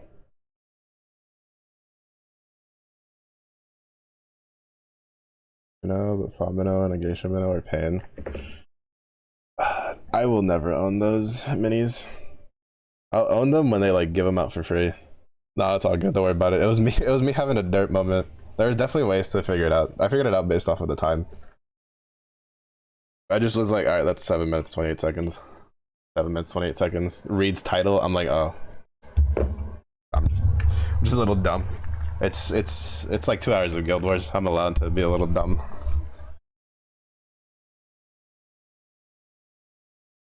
Oh, I was supposed to check this at the 30-minute mark. How are we looking? We have 8,057 mil. Not gonna hit the 100 mil tonight, but we brought it down to 400 mil, which is fine. But 490. Let's see how much lower we can get it in the next like hour. As much as I'd like to get the second stage done in this Guild Wars, I'm not gonna be too hurt about it because I think probably only have like 70 mil or something left over if I don't get it this time around. Granted, considering that I think I should have enough meat for at least like a night and a half of Nightmare 90 fisticuffs. Probably should still be able to get enough honors for it. We'll find out. It'll kind of come down to how much of a pain it is to do Nightmare 100. If that's too much of a pain, I'm just gonna live in Nightmare 90 the whole time.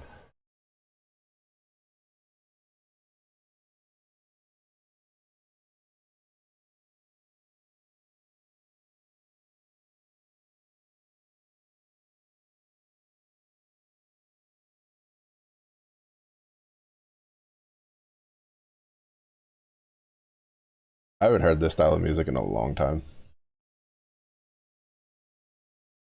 I used to have a friend that this was the type of music he would listen to, like forever. Like this was it. It was this or nothing. I would be fine with it, but it'd drive like some of my other friends insane. It'd be like, really? I'd be like, shut, it's fine, just vibe to it. It's his turn on the aux cord. Don't worry about it. You guys knew this was gonna happen when you brought him along.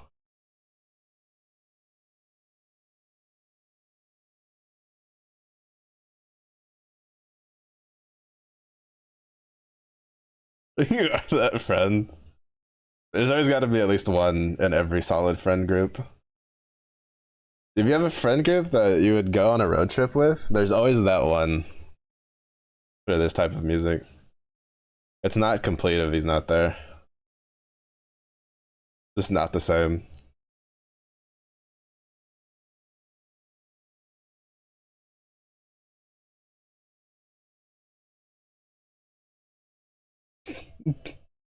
Playlist is 14 OST and power metal. Honestly, respectable. I respect it. I used to study to Final Fantasy 14 soundtracks. Oh, I used to also. Alright, so I didn't study to it, but I had a phase where I was like when I used to play MMOs really hard and like do a lot of the raids and stuff. If it was a raid that I'd actually focus up, I'd play. I had a playlist for Granblue for like some of the Granblue raid musics. Do it, do it. Dude's like, you won't. Oh well, I definitely don't listen to Soya at least like once a month or something, or once every couple of months. So Armageddon, for me, like, oh bro, the Wellness song. When Wellness's music pops out, I gotta play something. I gotta play something that has me beating people up. I gotta be making health bars go to zero. I can't be just sitting there doing nothing. Like low key, Granblue is just you could take like almost all of their music and stick it into like a big RPG game, and then it's just like it would fit. It's just so good. I think that was one of the coolest thing about watching people play Relink was like them experiencing like the soundtracks and stuff. You're just like, yes, yes, let it flow through you. Brings out the lighter. You know, you know what? We're gonna just cause we're gonna queue up some gameplay music. Most because I got rid of that playlist like forever ago. Oh wait, did I? Oh wait, no, yeah, that's a different playlist. I had an old playlist for that I had to use to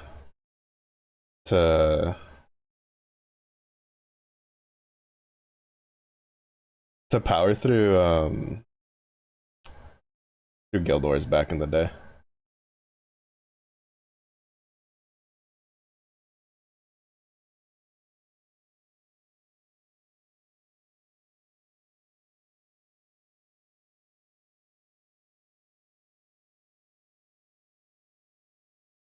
Oh, let's switch up up here for it. Let's do it.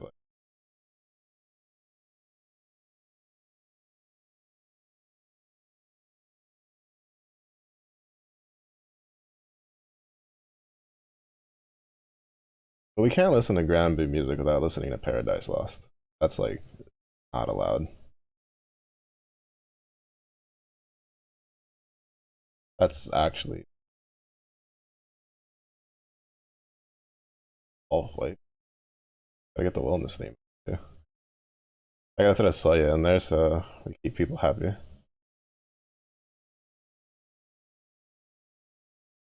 Have to keep.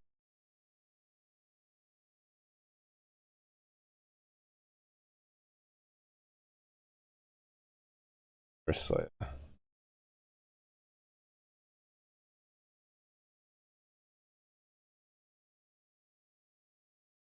Are you? Am I scrolling? I can just type it out.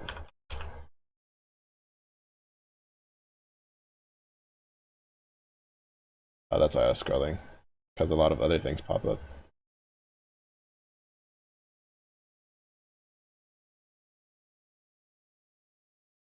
It's been so long since I've listened to like, because like I don't play. I guess in case you haven't noticed, I don't play with Granblue music turned on because it's so loud on my computer.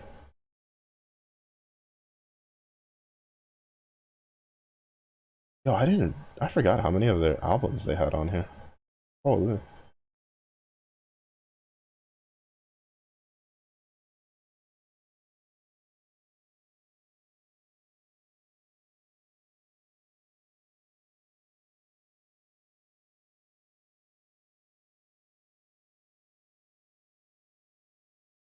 Yeah, I know they have.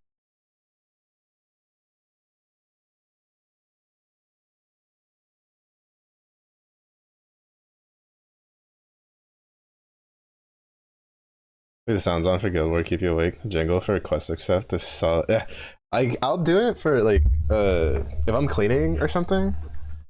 Right, I'll leave the sound on, especially if I'm like full autoing a Magna 3. Well, if I'm full autoing like Colossus, I like turn the sound on while I'm cleaning so that way I can hear if it fails. Because for some reason my teams can reliably solo it 2 out of 3 times, but just for some weird reason they keep failing on the third attempt, even though today we were able to get through all three. Well, I had to like spam pots on Gabriel to finish clearing one fight, so you know, we ignore that.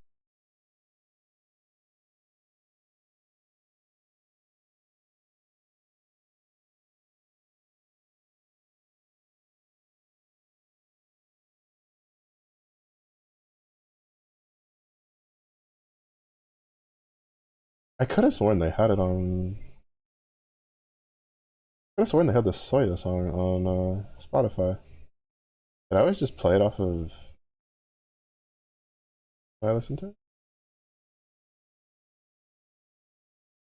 Gotta be in one of these.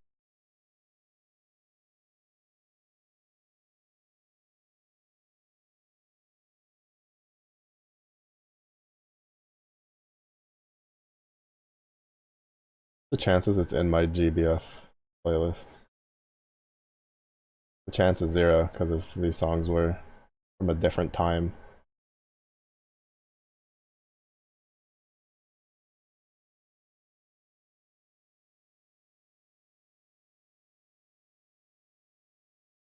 I think my favorite thing was when I had a friend of mine listen to some of the Grand Blue songs, and they're like, "What song is that from 14? I can't recognize it." And I'm just like, "It's not from 14."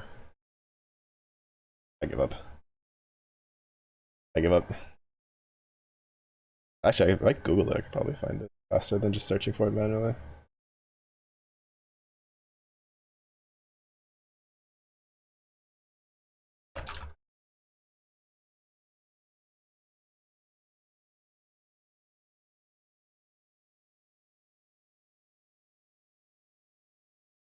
Hippity hoppity, your Yubi is my property. No, I got captured. Look what you did. You tried to steal the Yubi, so they captured it.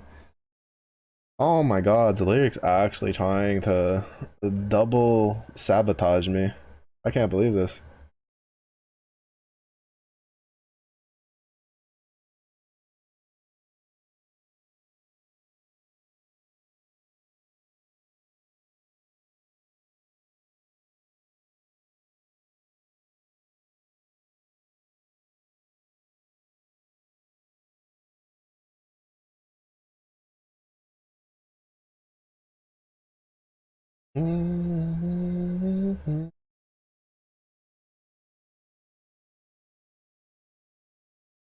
No, I'm too slow.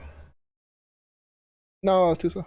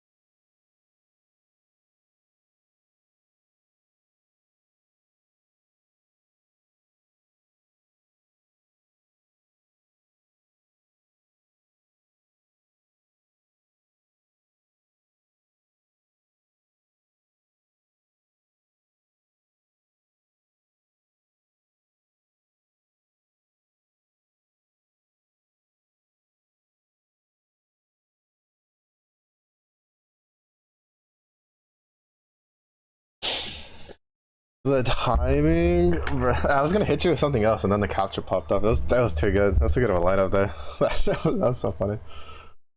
GBFM 14 has in common when you listen to the music, and that's what got you to play. Oh, really? That's kind of sick. Oh, I hit it back too many times.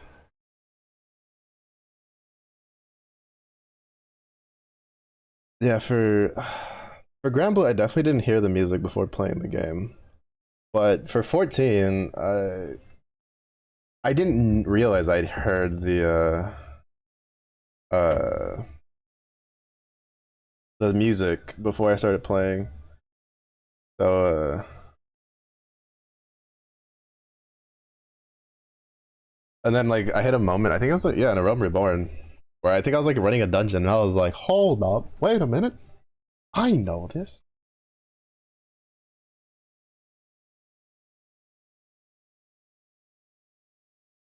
Sentimentized with power metal. A lot of characters have moved based on power metal single titles.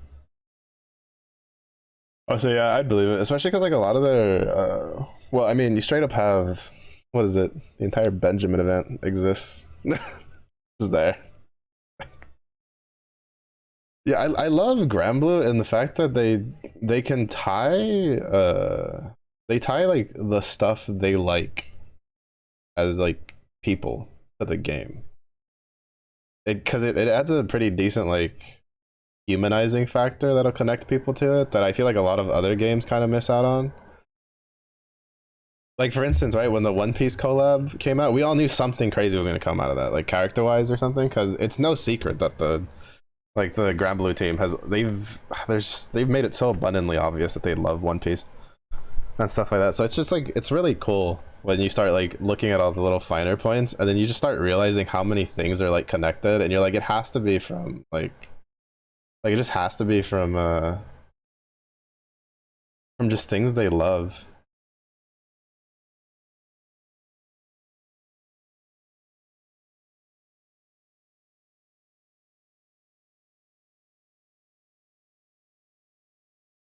Sonata are techno songs. Really? Oh, that's kind of cool.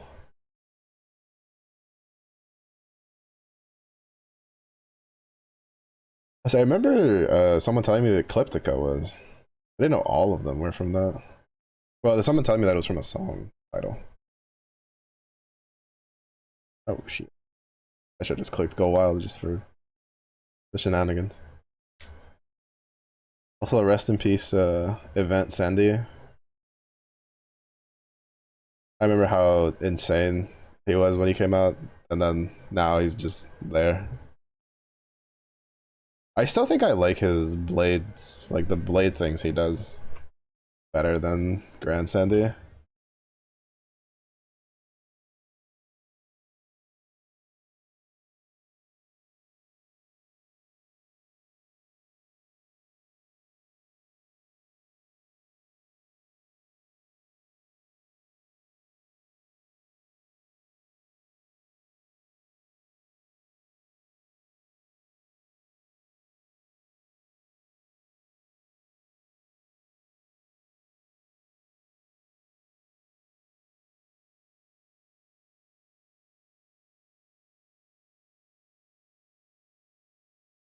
Oh shit, those moves are songs from Genesis. Oh, that one I never would have guessed because I've never looked at the names for hers specifically. Most because I haven't had it. I haven't used it very much.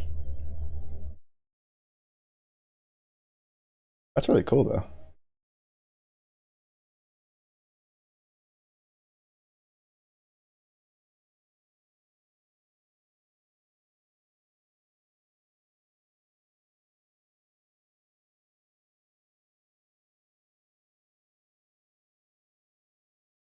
I love how there's just like little tidbits that different people who like the different like avenues of things can find and then share with others of like, oh yeah, this is this. I like stuff like that. Like having like references in games and stuff that you can share with others that they might not know if they're not either looking for it or We're taking a lot of that angle.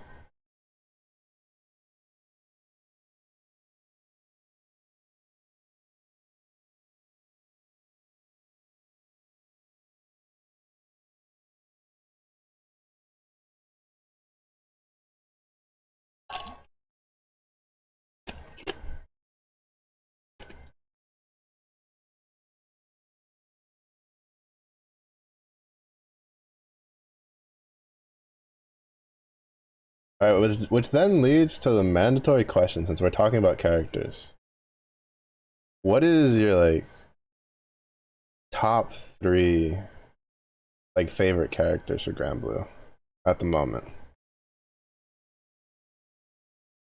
Study any media course or no? Only so many things are referenced you can't unsee. True. I was a little bit more in tune with it back when I was a band kid.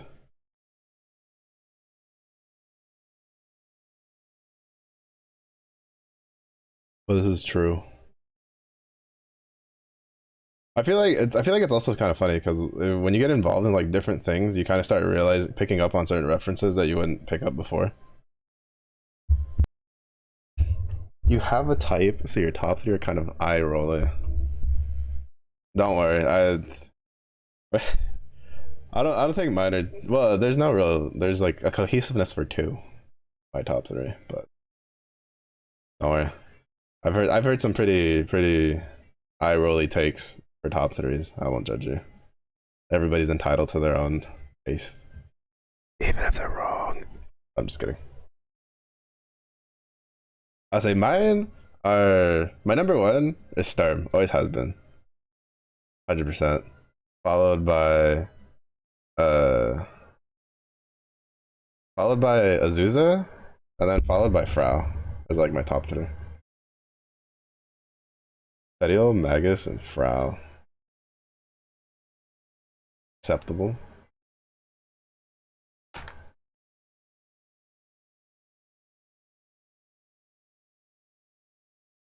Acceptable. I can respect it. There you go. Oh my god, I love this song.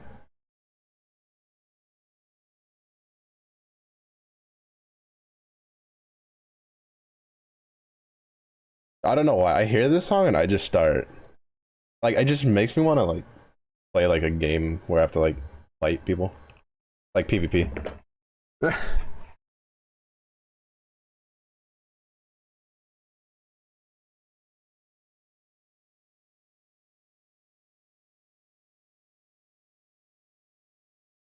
I just kind of remember one of them. You love the grouchy wine mom stereotype. I can respect it. I mean, I think like mine says a lot for me. Sturm's been my number 1 since like I started playing this game. Since the first moment I met Sturm, I was like, that's my favorite character in this game. And it has stayed the same.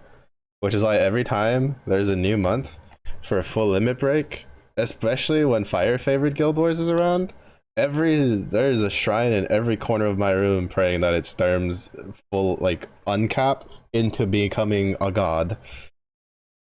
I miss the days when she was really strong. Or at least considered really strong. Her kit's actually still pretty solid, it's just power creep. Surely 2025 is the year that Sturm gets uncapped and becomes a beast again, unrivaled.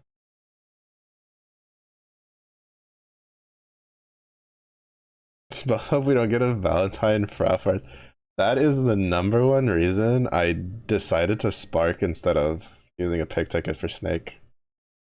I shit you not. Because of the fact that Holiday Eternals and Evokers are like a thing. Or seasonals, like the only thing that'll like mess me up is if both Frau and Sarasa just randomly get Valentine versions. That's the only thing, because I only have enough for 1, and I'd probably go for Frau, because Frau for me ranks higher than Sarasa at the moment, and probably will for the ever. Frau is just too good. But I have a pick ticket. If they decide to be ballsy and do it, I'm just gonna call their bluff and just pick ticket.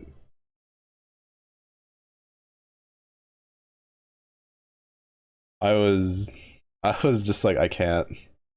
It was too much of a risk to take because I never spark on Valentine's because I feel like it's just such a uh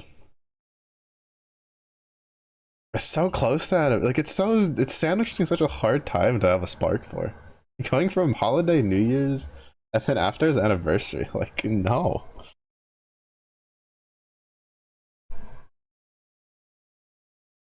Stringing up the curse to inflict child Valentine. The lyrics is truly out. It's just praying for the downfall. Can't believe this.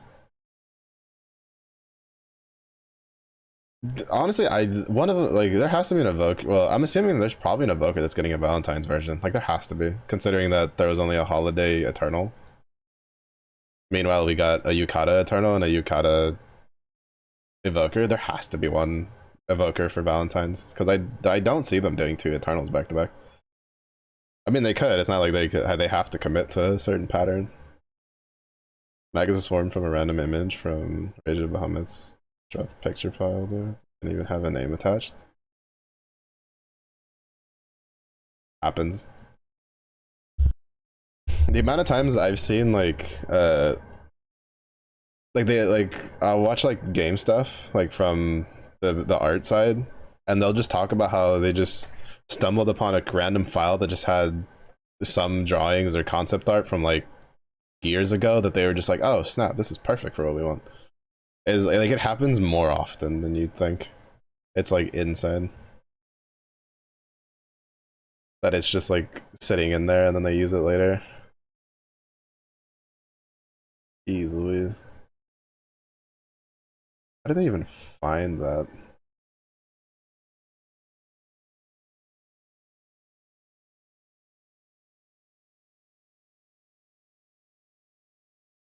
I wonder if that was... Could that have been like an alternate form they were... Bridge of Baja.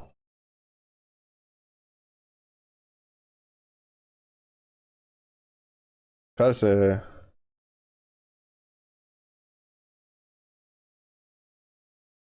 want to say like, well, aren't they? Wait, aren't they connected? Isn't there a connection between Magus and Astra somehow? Am I trolling? Don't look at me for lore. I don't pay attention to lore in this game, or in any game I play, really.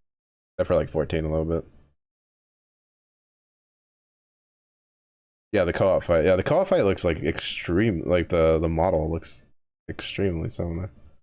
I see the Rage of Baja.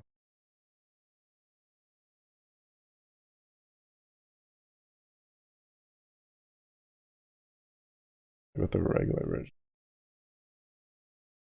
But I'm curious like why it was just in there. I'm still like honestly the people that can just like dig through things and find it is like insane.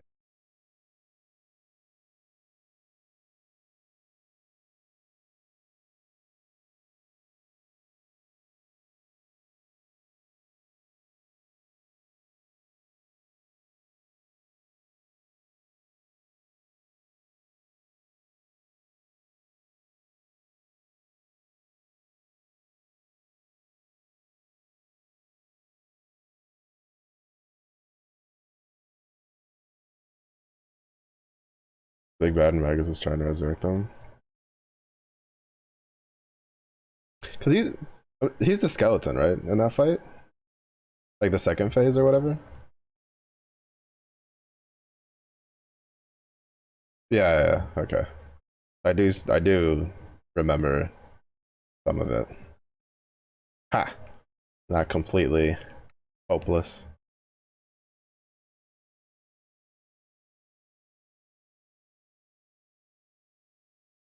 That's so insane though. I'm kind of sad I never was able to get a good swing at Rage of Baja. Cause like I got on, like I wanted to try it out when the global version was still around, and then I got like really sidetracked and never got into it, and or never got like had time to sit down and play it. And then when I was like, all right, time to try this out, they were like, it's shut down. And it's like, oh, well then, never mind. Yeah, I remember that fight was like cool. I just hated the fact that it was stuck in co-op. Honestly, that's a fight that I wish they would add to solo, to like the solo quest line. Just like port it over so that we can just use our friend summons.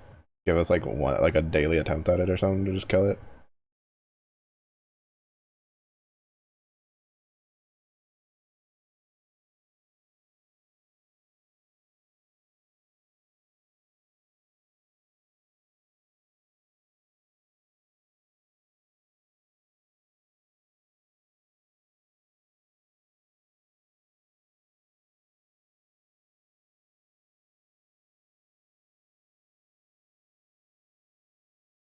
Episode is very funny, or if they're almost killing a bunch of characters, just in the grand cipher, gets in a big argument with surprised. Oh, actually, speaking of Magus, what do you think about the bonus pose being like the regular Magus? Because the lyric had reminded me yesterday that they added a bunch of bonus poses, and then I checked it out. I think I was really surprised to see that that Summer Magus had like the bonus pose is just her in her regular outfit instead of being in a summer outfit. I think she's the only character like that. Very happy with the bonus pose. Yeah, I do like the art. The art was really nice. I think like a lot of the bonus poses, I think the art was really good.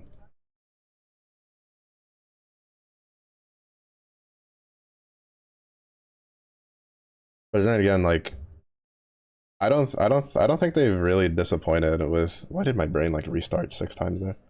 I don't think they've ever really disappointed with the bonus pose art for the most part. Like I really like Chichiri's bonus pose. Very cute. And Dragon's bonus pose wasn't bad, but I'm never like using her without the skin, so it's just like, well, never getting sane. But Magus definitely probably is the best one out of the batch, in my opinion.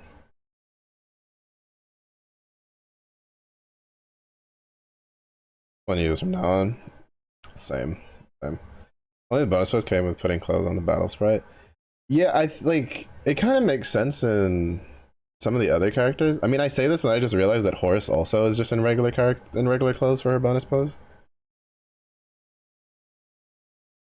which interesting. That specifically two characters that only have seasonal versions, their bonus poses aren't seasonal art, but them in their regular outfits. I forgot to check out Horus's. Yeah,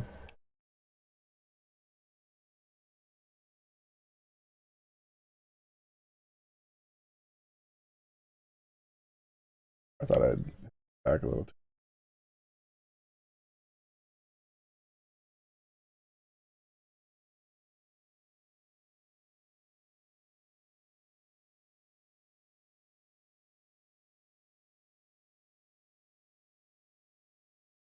Yeah, Raziel's was also very cutesy.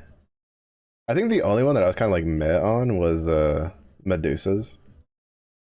Mostly because I'm like, you can take my big snake pose out of my cold dead hands. You right, Snick.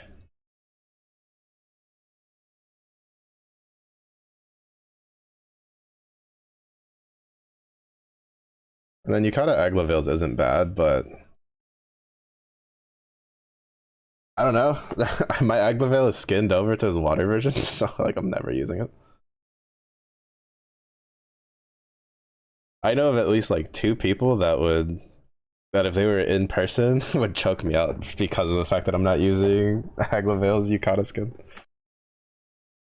I'm just like, I don't know what to offer now. What can I say? I want him matching Percy, and I like Grand Percy's armor. Believe me. Actually, do I even have Grand Percy in his armor? I think I have him in the like daily shop skin.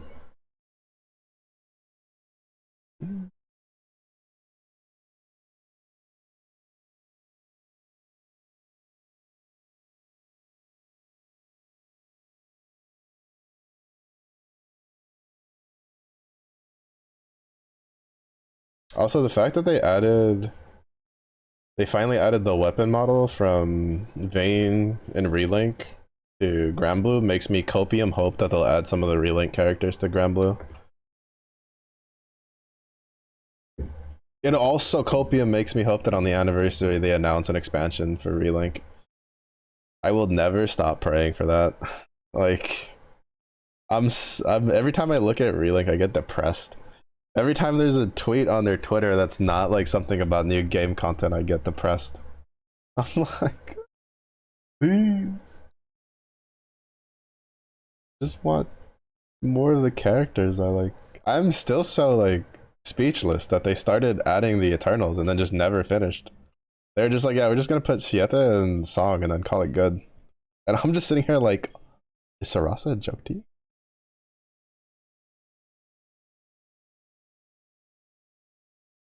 You know, you don't want to touch, but you know, if you play and finish it, I wouldn't stop talking about it. 100%. 100%. It's so, it's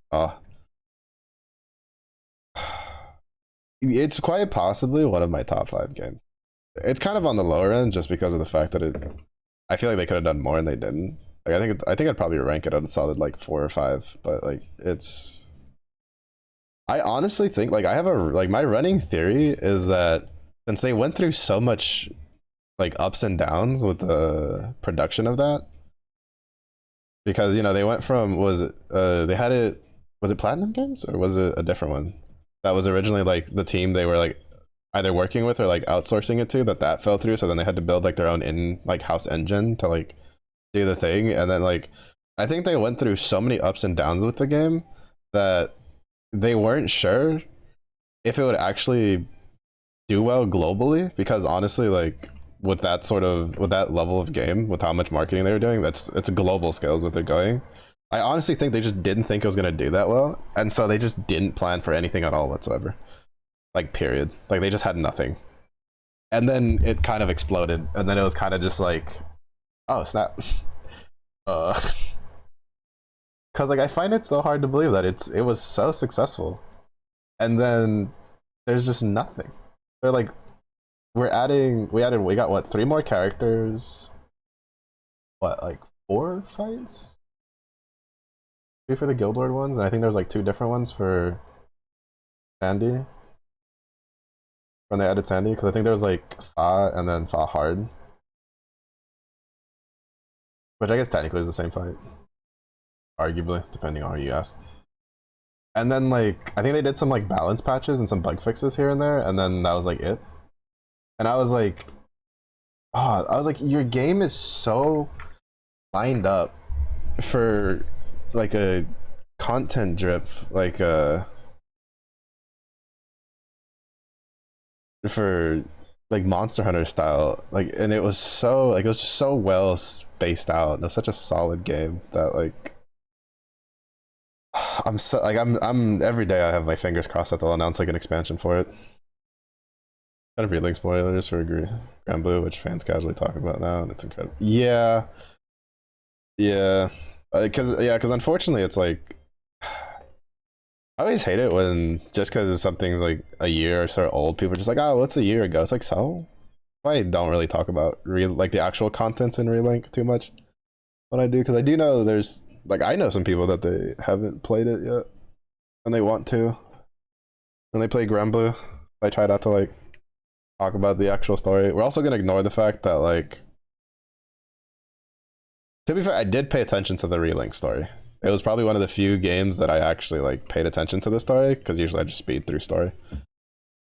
The skip button is my friend, to say.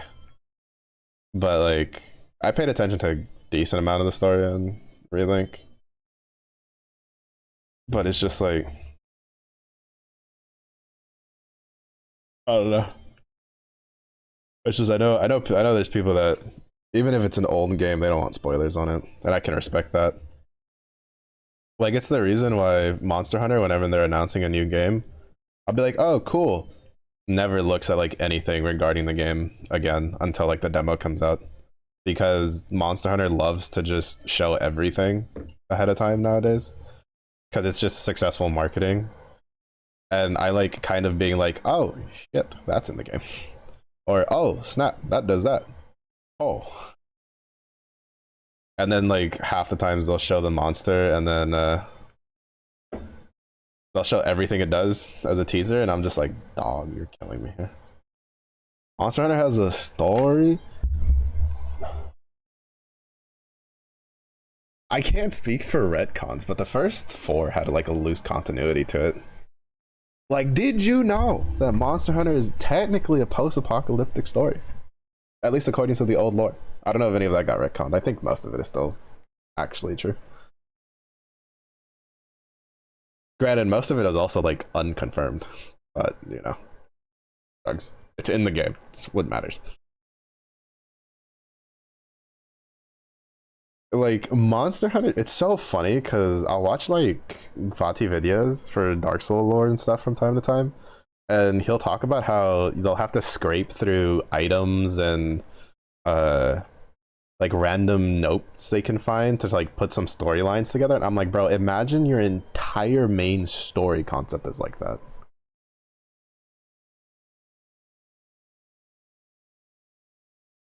1200 hours left in Monster Hunter Unite. You're telling me that's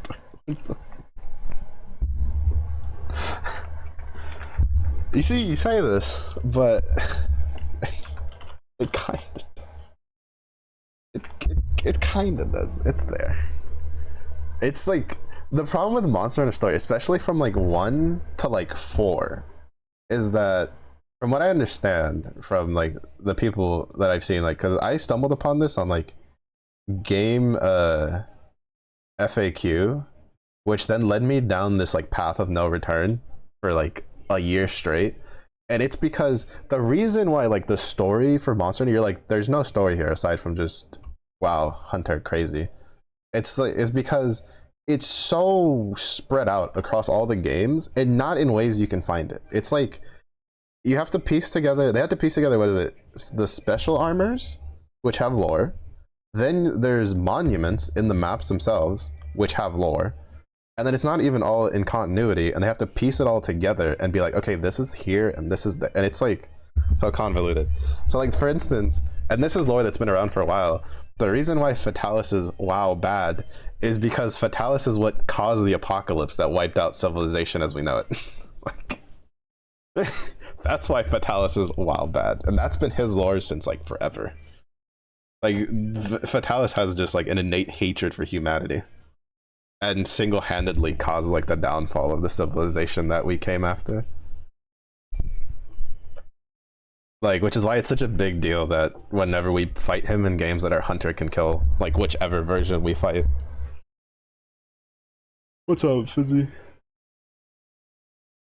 How's it going? What's good? Like barely holding on to sanity while grinding. That's the only thing that's good. Fighting White Fatalis, yeah, that checks out. Yeah, Fatalis lore is it's kind of crazy. Preferred genres for music. I mean, I'll listen to just about anything once. The big thing is it's just a share. If you want to share a song, share it. It shall be judged, and if it is judged worthy, it shall be added to the viewer playlist. If not, then we listen to it, we jam along, and then I say nothing. But yeah, Fatalis, like the very like basic lore that I'm pretty sure is still valid to this day, like through Monster Hunter World, is because like for instance the Dragonator is from and the Dragon Razor is old tech. That's tech from like before Fatalis wiped out civilization. But basically the way it worked is that we were so advanced that like, you know, we had all the like super fancy advanced sci-fi shit, and we started killing too many monsters for whatever reason. I don't remember the exact reason why we were like hunting monsters at the Wazoo. I think it was for like just parts and power. And Fatalis got so sick of like what was borderline genocide that he basically just wiped out everything. Or at least as much as he could, because obviously it wasn't everything because we survived. But he literally just collapsed the civilization that used to be. Which also leads to other lore, which is I don't think ever been confirmed. It's kind of loosely based, but we do know that there used to be super soldiers in that like advanced civilization time. And then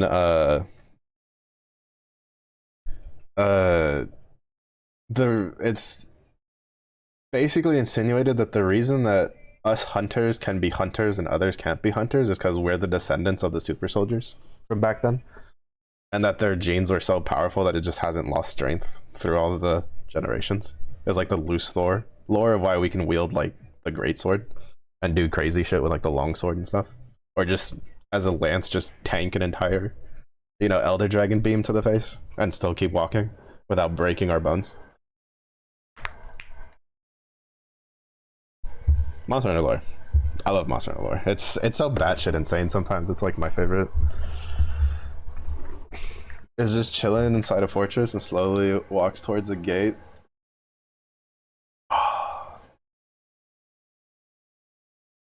Well, you see what happened was if someone really likes tower defense and whatever deity being exists.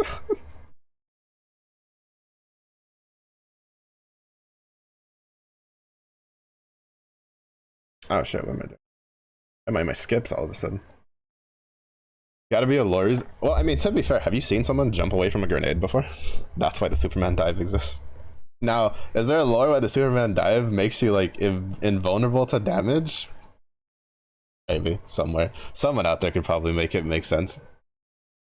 But the Superman dive is an actual maneuver used in real life. It is a de facto oh shit maneuver that humans are actually very, very adept at doing in times of crisis. Now, unfortunately, ours doesn't give us iframes, which would be kind of nice. You do the meme right for that, right? The amount of iframes you can hold in this bad boy. You try to hit the top of the car, and your hand just goes through. You just fall on the floor. That'd be a good meme.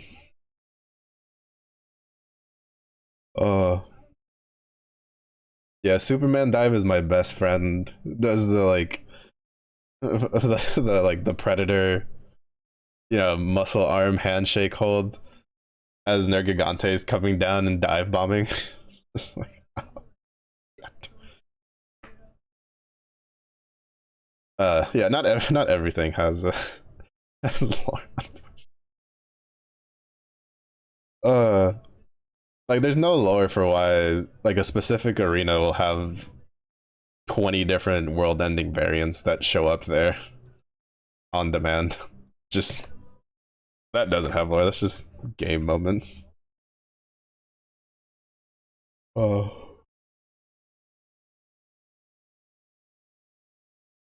I think my favorite thing is when like because there's always the age-old arguments, right? Of like, well, if I can wield the greatsword, why do I get knocked over just from a monster like walking around? And then some people are just like, well, realism. And meanwhile, you just point at giant fire-breathing dragon. Points at greatsword the size and like heavier than a human. Like, excuse me? You want to run that one by me again? I'm sorry. What was that? Real what? I don't know, buddy. Cartwheel using this 1 ton.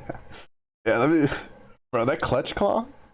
Have we actually looked at the clutch claw, like what it looks like? You ain't holding on to shit. You ain't holding on to no Rajang or Brachydio, so that thing is. They're gonna move. That thing's gonna snap. You're not even gonna like get near the monster. Like, dog. Listen, my ass. Well, I see that you're a monster that just, constantly have an aura of poison around you, but my new skirt makes me immune to that. Realistic, I know.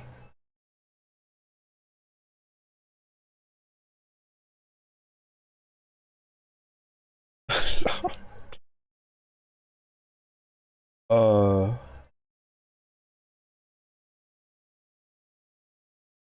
Wait, close out of the clutch claw. We need to make our armor out of the thread, and then make all of our weapons out of whatever they use the actual claw. Kill everything. Fatalis, suck it. One slice, dead. Because apparently that claw can literally tear into anything to hold on to it. Made Twitch mobile needs their paycheck reevaluated. The unpaid intern does not think he can be any more unpaid. I really don't like what they did with Twitch Mobile. At least like the front page stuff. I don't really use it for much aside from making sure my stream isn't being deleted.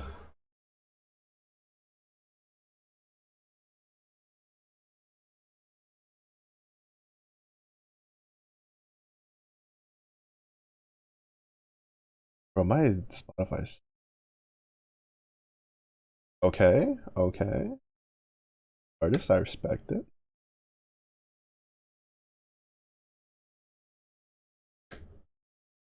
Dude got paid in exposure. His name's written in like extremely like tiny font. Like you need like a molecule microscope to see it.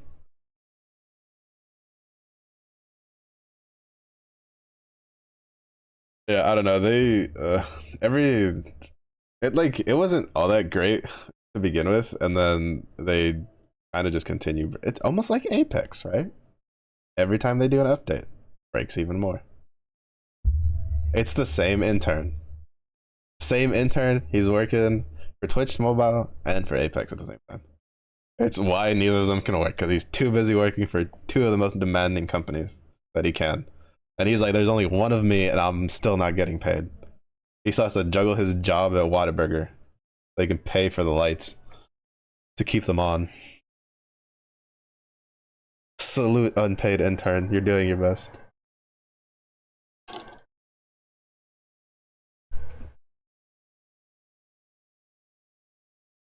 Wait to be fired. It's next. It's my Spotify was a little laggy, so I got this song started before it queued up. You have the option of chatting on mobile. Once upon a time, you can even use the chat on. Yeah, yeah. I was like, hey, I'm here. They don't know, but I'm here. Double thumbs up. I don't know. I don't like. I only really use mobile for specifically for. Well, it's my like preview to make sure streams not like if something's happening and someone's like, oh, this is like going wrong. That's what I use my phone for. I'd look over there and I'm like, oh, it is going wrong. I should fix that. But aside from that, I don't. I use it when I wake up in the morning and I roll over and I check to see if there's anybody live to go like redeem and then like roll back over and go back to sleep. How about this channel is currently unavailable? I mean, you know, maybe you shouldn't have out. You ever think about that? Hmm? Hmm? Hmm? I don't know. I haven't updated my Twitch in like 4 months. I keep getting the little notification sometimes where it's like, there's a new update. I'm like, cool. Cancel. Like, anyway. Goes to the, goes to like my thingy.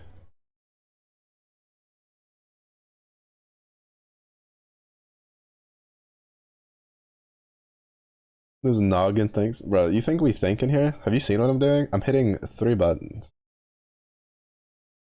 I hit this button. I hit this button. I wait a second. And then I hit that button twice. That's all we do. That's all we're doing here. There's no thinking allowed in this corner. Why are you at 400? Why you do this to yourself? For what? For what?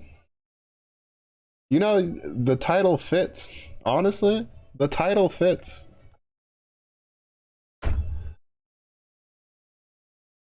Can't believe this. Insane.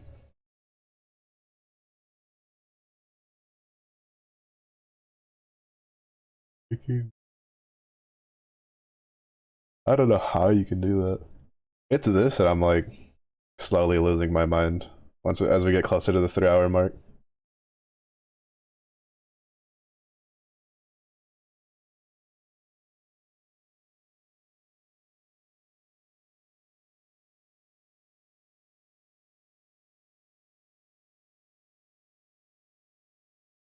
Jeff Bongos, yo, that's adorable. But then, yeah, I hate that fucking shark on the enemy team though.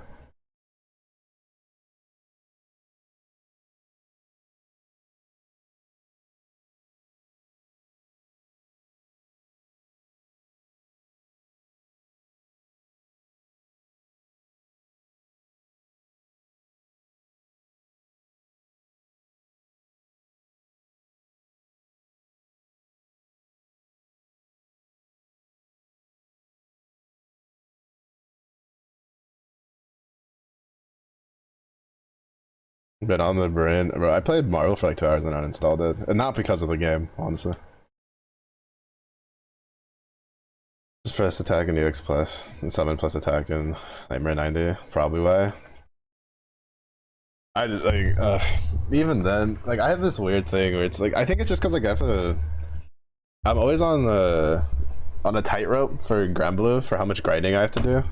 Like the only reason right now I've been able to do, because like I do my daily solos of my Magna 3s up until Celeste, because I've just been too lazy to set up my Celeste team and grid for it. So I should, because I got my second gun recently. I'm pretty sure they can handle it.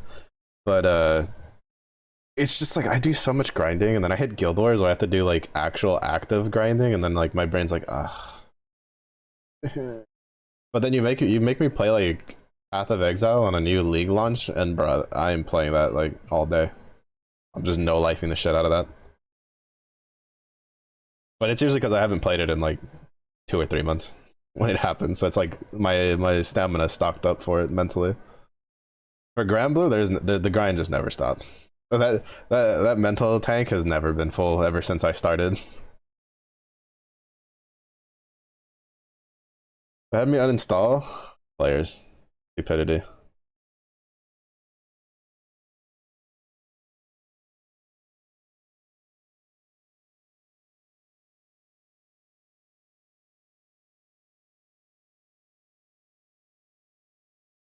I got real sick and tired of being the only support with 5 DPS, none of which knew where a health pack was or where their healer was. I got real sick and tired of it. That was like 3 games in a row, and I was like, you know what? If this is gonna make me lose my, like, make me want to punch my desk as bad as Apex does, I might as well just go play Apex, where I can at least use the skins that I have. Oh, kind of funny how that. I was thinking about that song.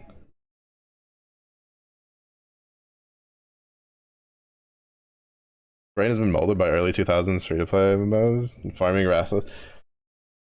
I think they used a different mold for mine.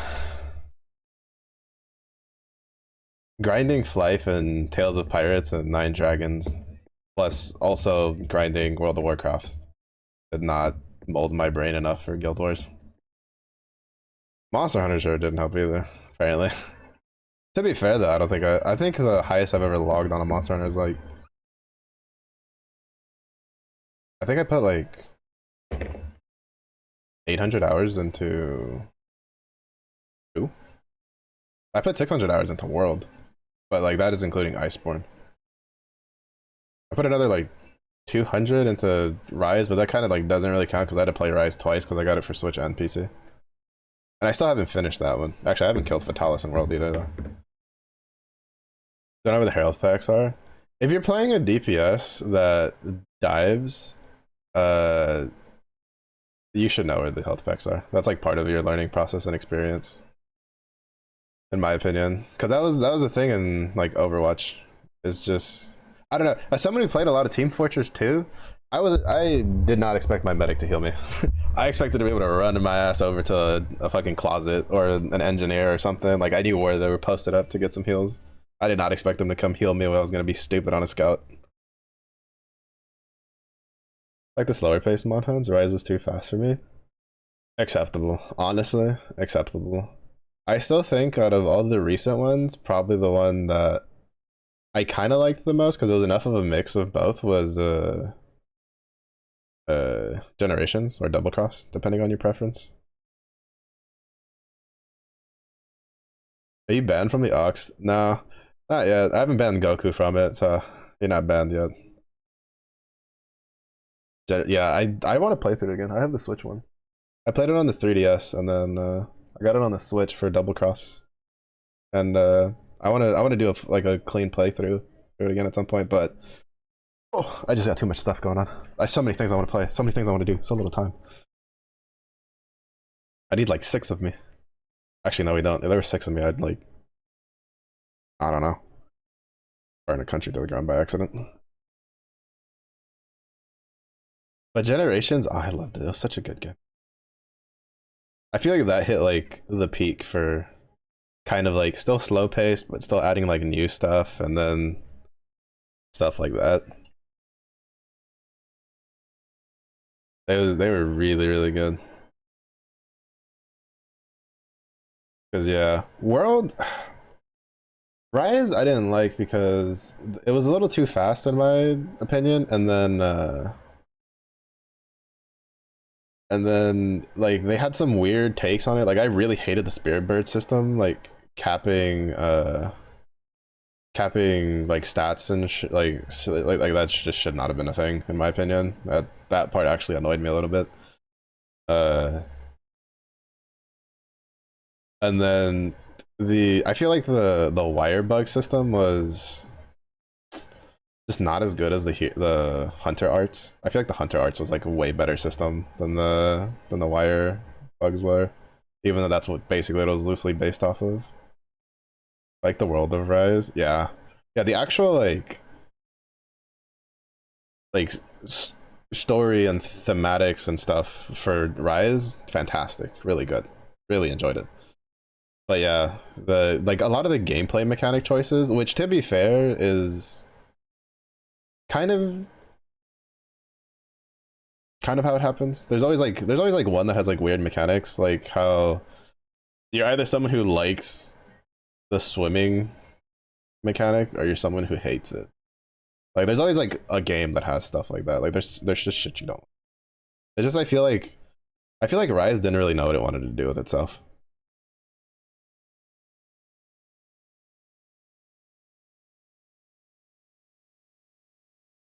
Because I feel like part of it was still kind of like it kind of wanted to be kind of like oldie, but then it just didn't, and kind of just it was so weird. A lot of newer Monhunt players though, Rise. You see, I think it's a little hit or miss because there's someone I know who they only played their first Monster Hunter game was Monster Hunter World, and they hate Rise. Like they don't like it. They tried it. They really didn't like it. They really liked World. Oh.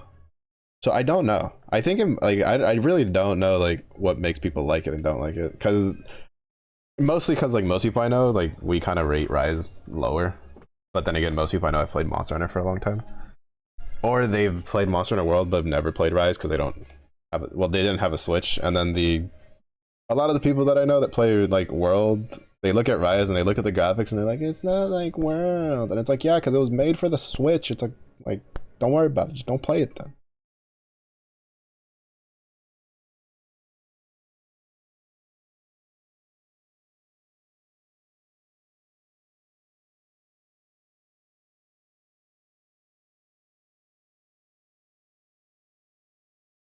Wild is higher than Rise in your eyes already, just because of all the returning monsters you love coming back. Valid, acceptable.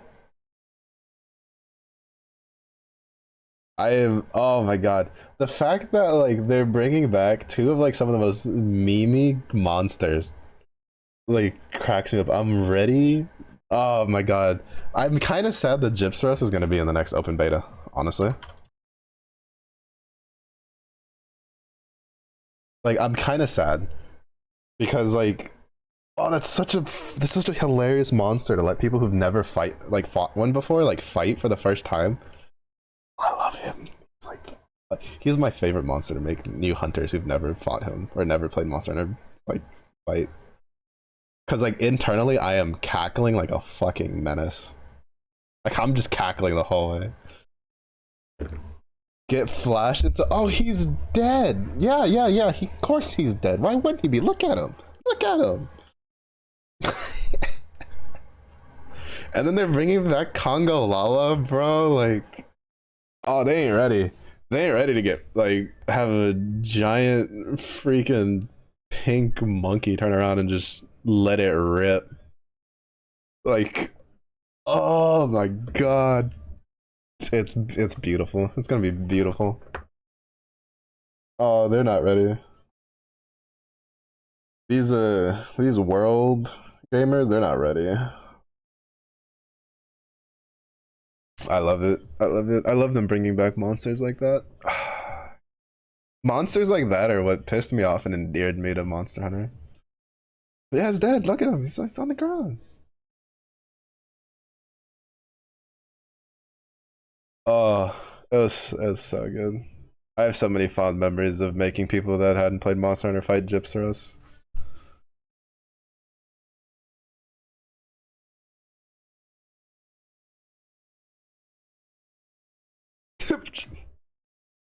The hip check felt around the world. Brother. Jesus Christ. Bro. I remember, what was it? Zeratotus and like later Lavasioth, the people were just like, oh, that hip check is bullshit. I'm like, you don't know bullshit hip checks. All right, buddy? You don't know. Sit down. You know? You had to hit them with when kids nowadays complain about lag and you're just like, back in my day. You don't know what real lag is. You don't know what it's like for someone to pick up the phone and all of a sudden you can't do nothing. Y'all don't know. Shut your mouth. Sit in the corner. That's me when people start complaining about hip checks in like in World when they've only played Worlds. I'm like, you don't know. You don't know what it's like to be able to see like the entire body of this giant monster stop 20 feet in front of you and your hunter gets sent flying because he's a Jedi Master, okay?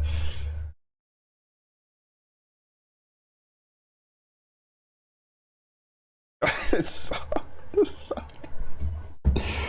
I hated that hitbox. The hitbox was so egregiously terrible. Oh my god. Players nowadays don't know how good they have it. With like updates, right? Patches, hitbox, like, oh, they don't know. They don't know. One of these days, I want them to make there's just like a meme variant for like Plesioth where they just give it like a lightsaber tail and it's just like a dumb plus, like it doesn't deal any damage, but it like they just give it back its original like hip check hitbox and they just make it like a meme, like just a Star Wars meme of like, oh yeah, it uses the Force, don't worry about it. Like, or something like that. Like it's I'd eat that shit up. I'd be laughing my ass off while watching it. Cause that was what we would use. That was a joke we would use. It's like, look, that's the Plesioth that studied at the Jedi Temple, all right? That's what that monster is. You just weren't ready for it because you know you're not a Force user, so you can't sense the Force. Yeah. Oh, good old days. Moments like these is also why whenever like people start going like XYZ game was like better like back in XYZ time, and then when you ask them why they don't have like a concrete like answer, you're just like you're like your opinion, don't give it to the devs, please. You're going to make problems.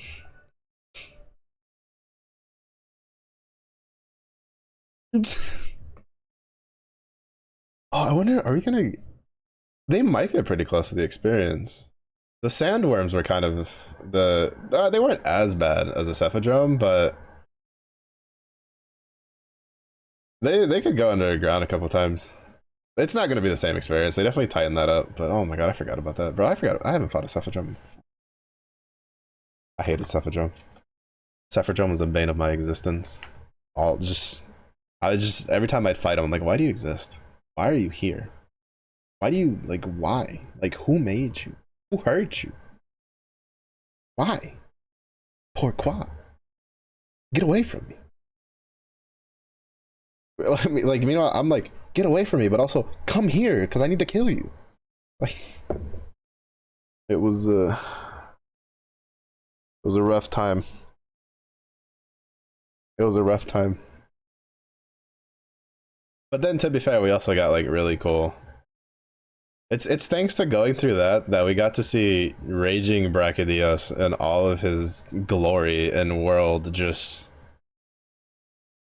bro. That final room, when I first fought that, I was like, oh my god, I was fangirling so hard. Because Brachy's like my favorite, like, monster. Brachy's like my #1. I love him. He's just fucking explodey punchy boy. Like, dog, that's me if I was a monster in Monster Hunter. Gets angry, punches the floor, blows it up. Just, oh my god, I love it. They did him such justice in World. Oh, I love him. I think that for me, that's probably why World will be like solid, like second. They did such a good job, like with returning monsters and like making them feel good. Except for Rajang. Rajang was a little egregious, honestly, in certain cases. Furious Rajang was better, but Rajang's like original implementation, they went a little too nutty with his coding. I'd fight a Furious Rajang over a regular Rajang any day in the world, which is not a sentence any experienced hunter should be saying. In all honesty. Well, like Zenogre was really good. Stygian Zenogre I think was a pretty good addition, in all honesty, like a pretty good variant. Alright, we'll do one more. Then we'll start wrapping it up. See what our final tally for everything is. But yeah, they did a really good job. So I have like pretty high hopes for Wilds.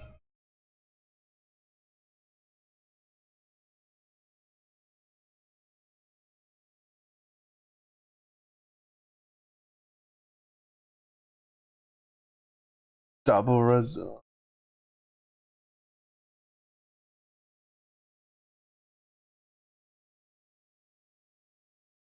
Remind me about.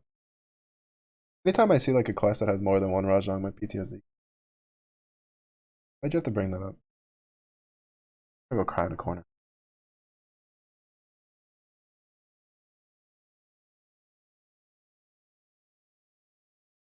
Sobs.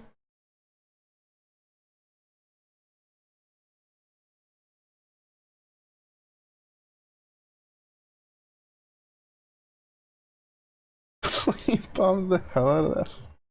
I can't even blame you, bro. Whoever like made that fight just that was their mentality. No fun allowed. They're like nobody said like that was a person. Oh, we got 12,000, bro. We are chilling for a good long while. I think I should be fine for grabbing everything else. Oh, we just cleared out all the battle badges. No biggie. Easy. Money. I need to make space in my inventory because I forgot to set those to rotate. Alright, so we're at 12,000. Oh, we were close. We got 80 mil. That's close enough. Because I think this... Because it's like 5, right?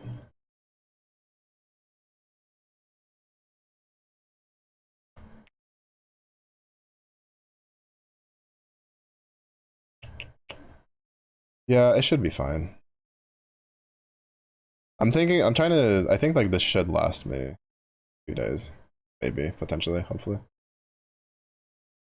By 2 days, I mean like 2-3 hour sessions. And then after that, I'll have to figure out what how hard I'll have to like grind on the weekends. For oh look, he's got the look Zalaric, he's got the Geisha Manatura. Look at it. I didn't even know anybody in my well, actually I shouldn't be surprised. I think that's one of the guys who like grinds the crap like that's a primal lord. For real.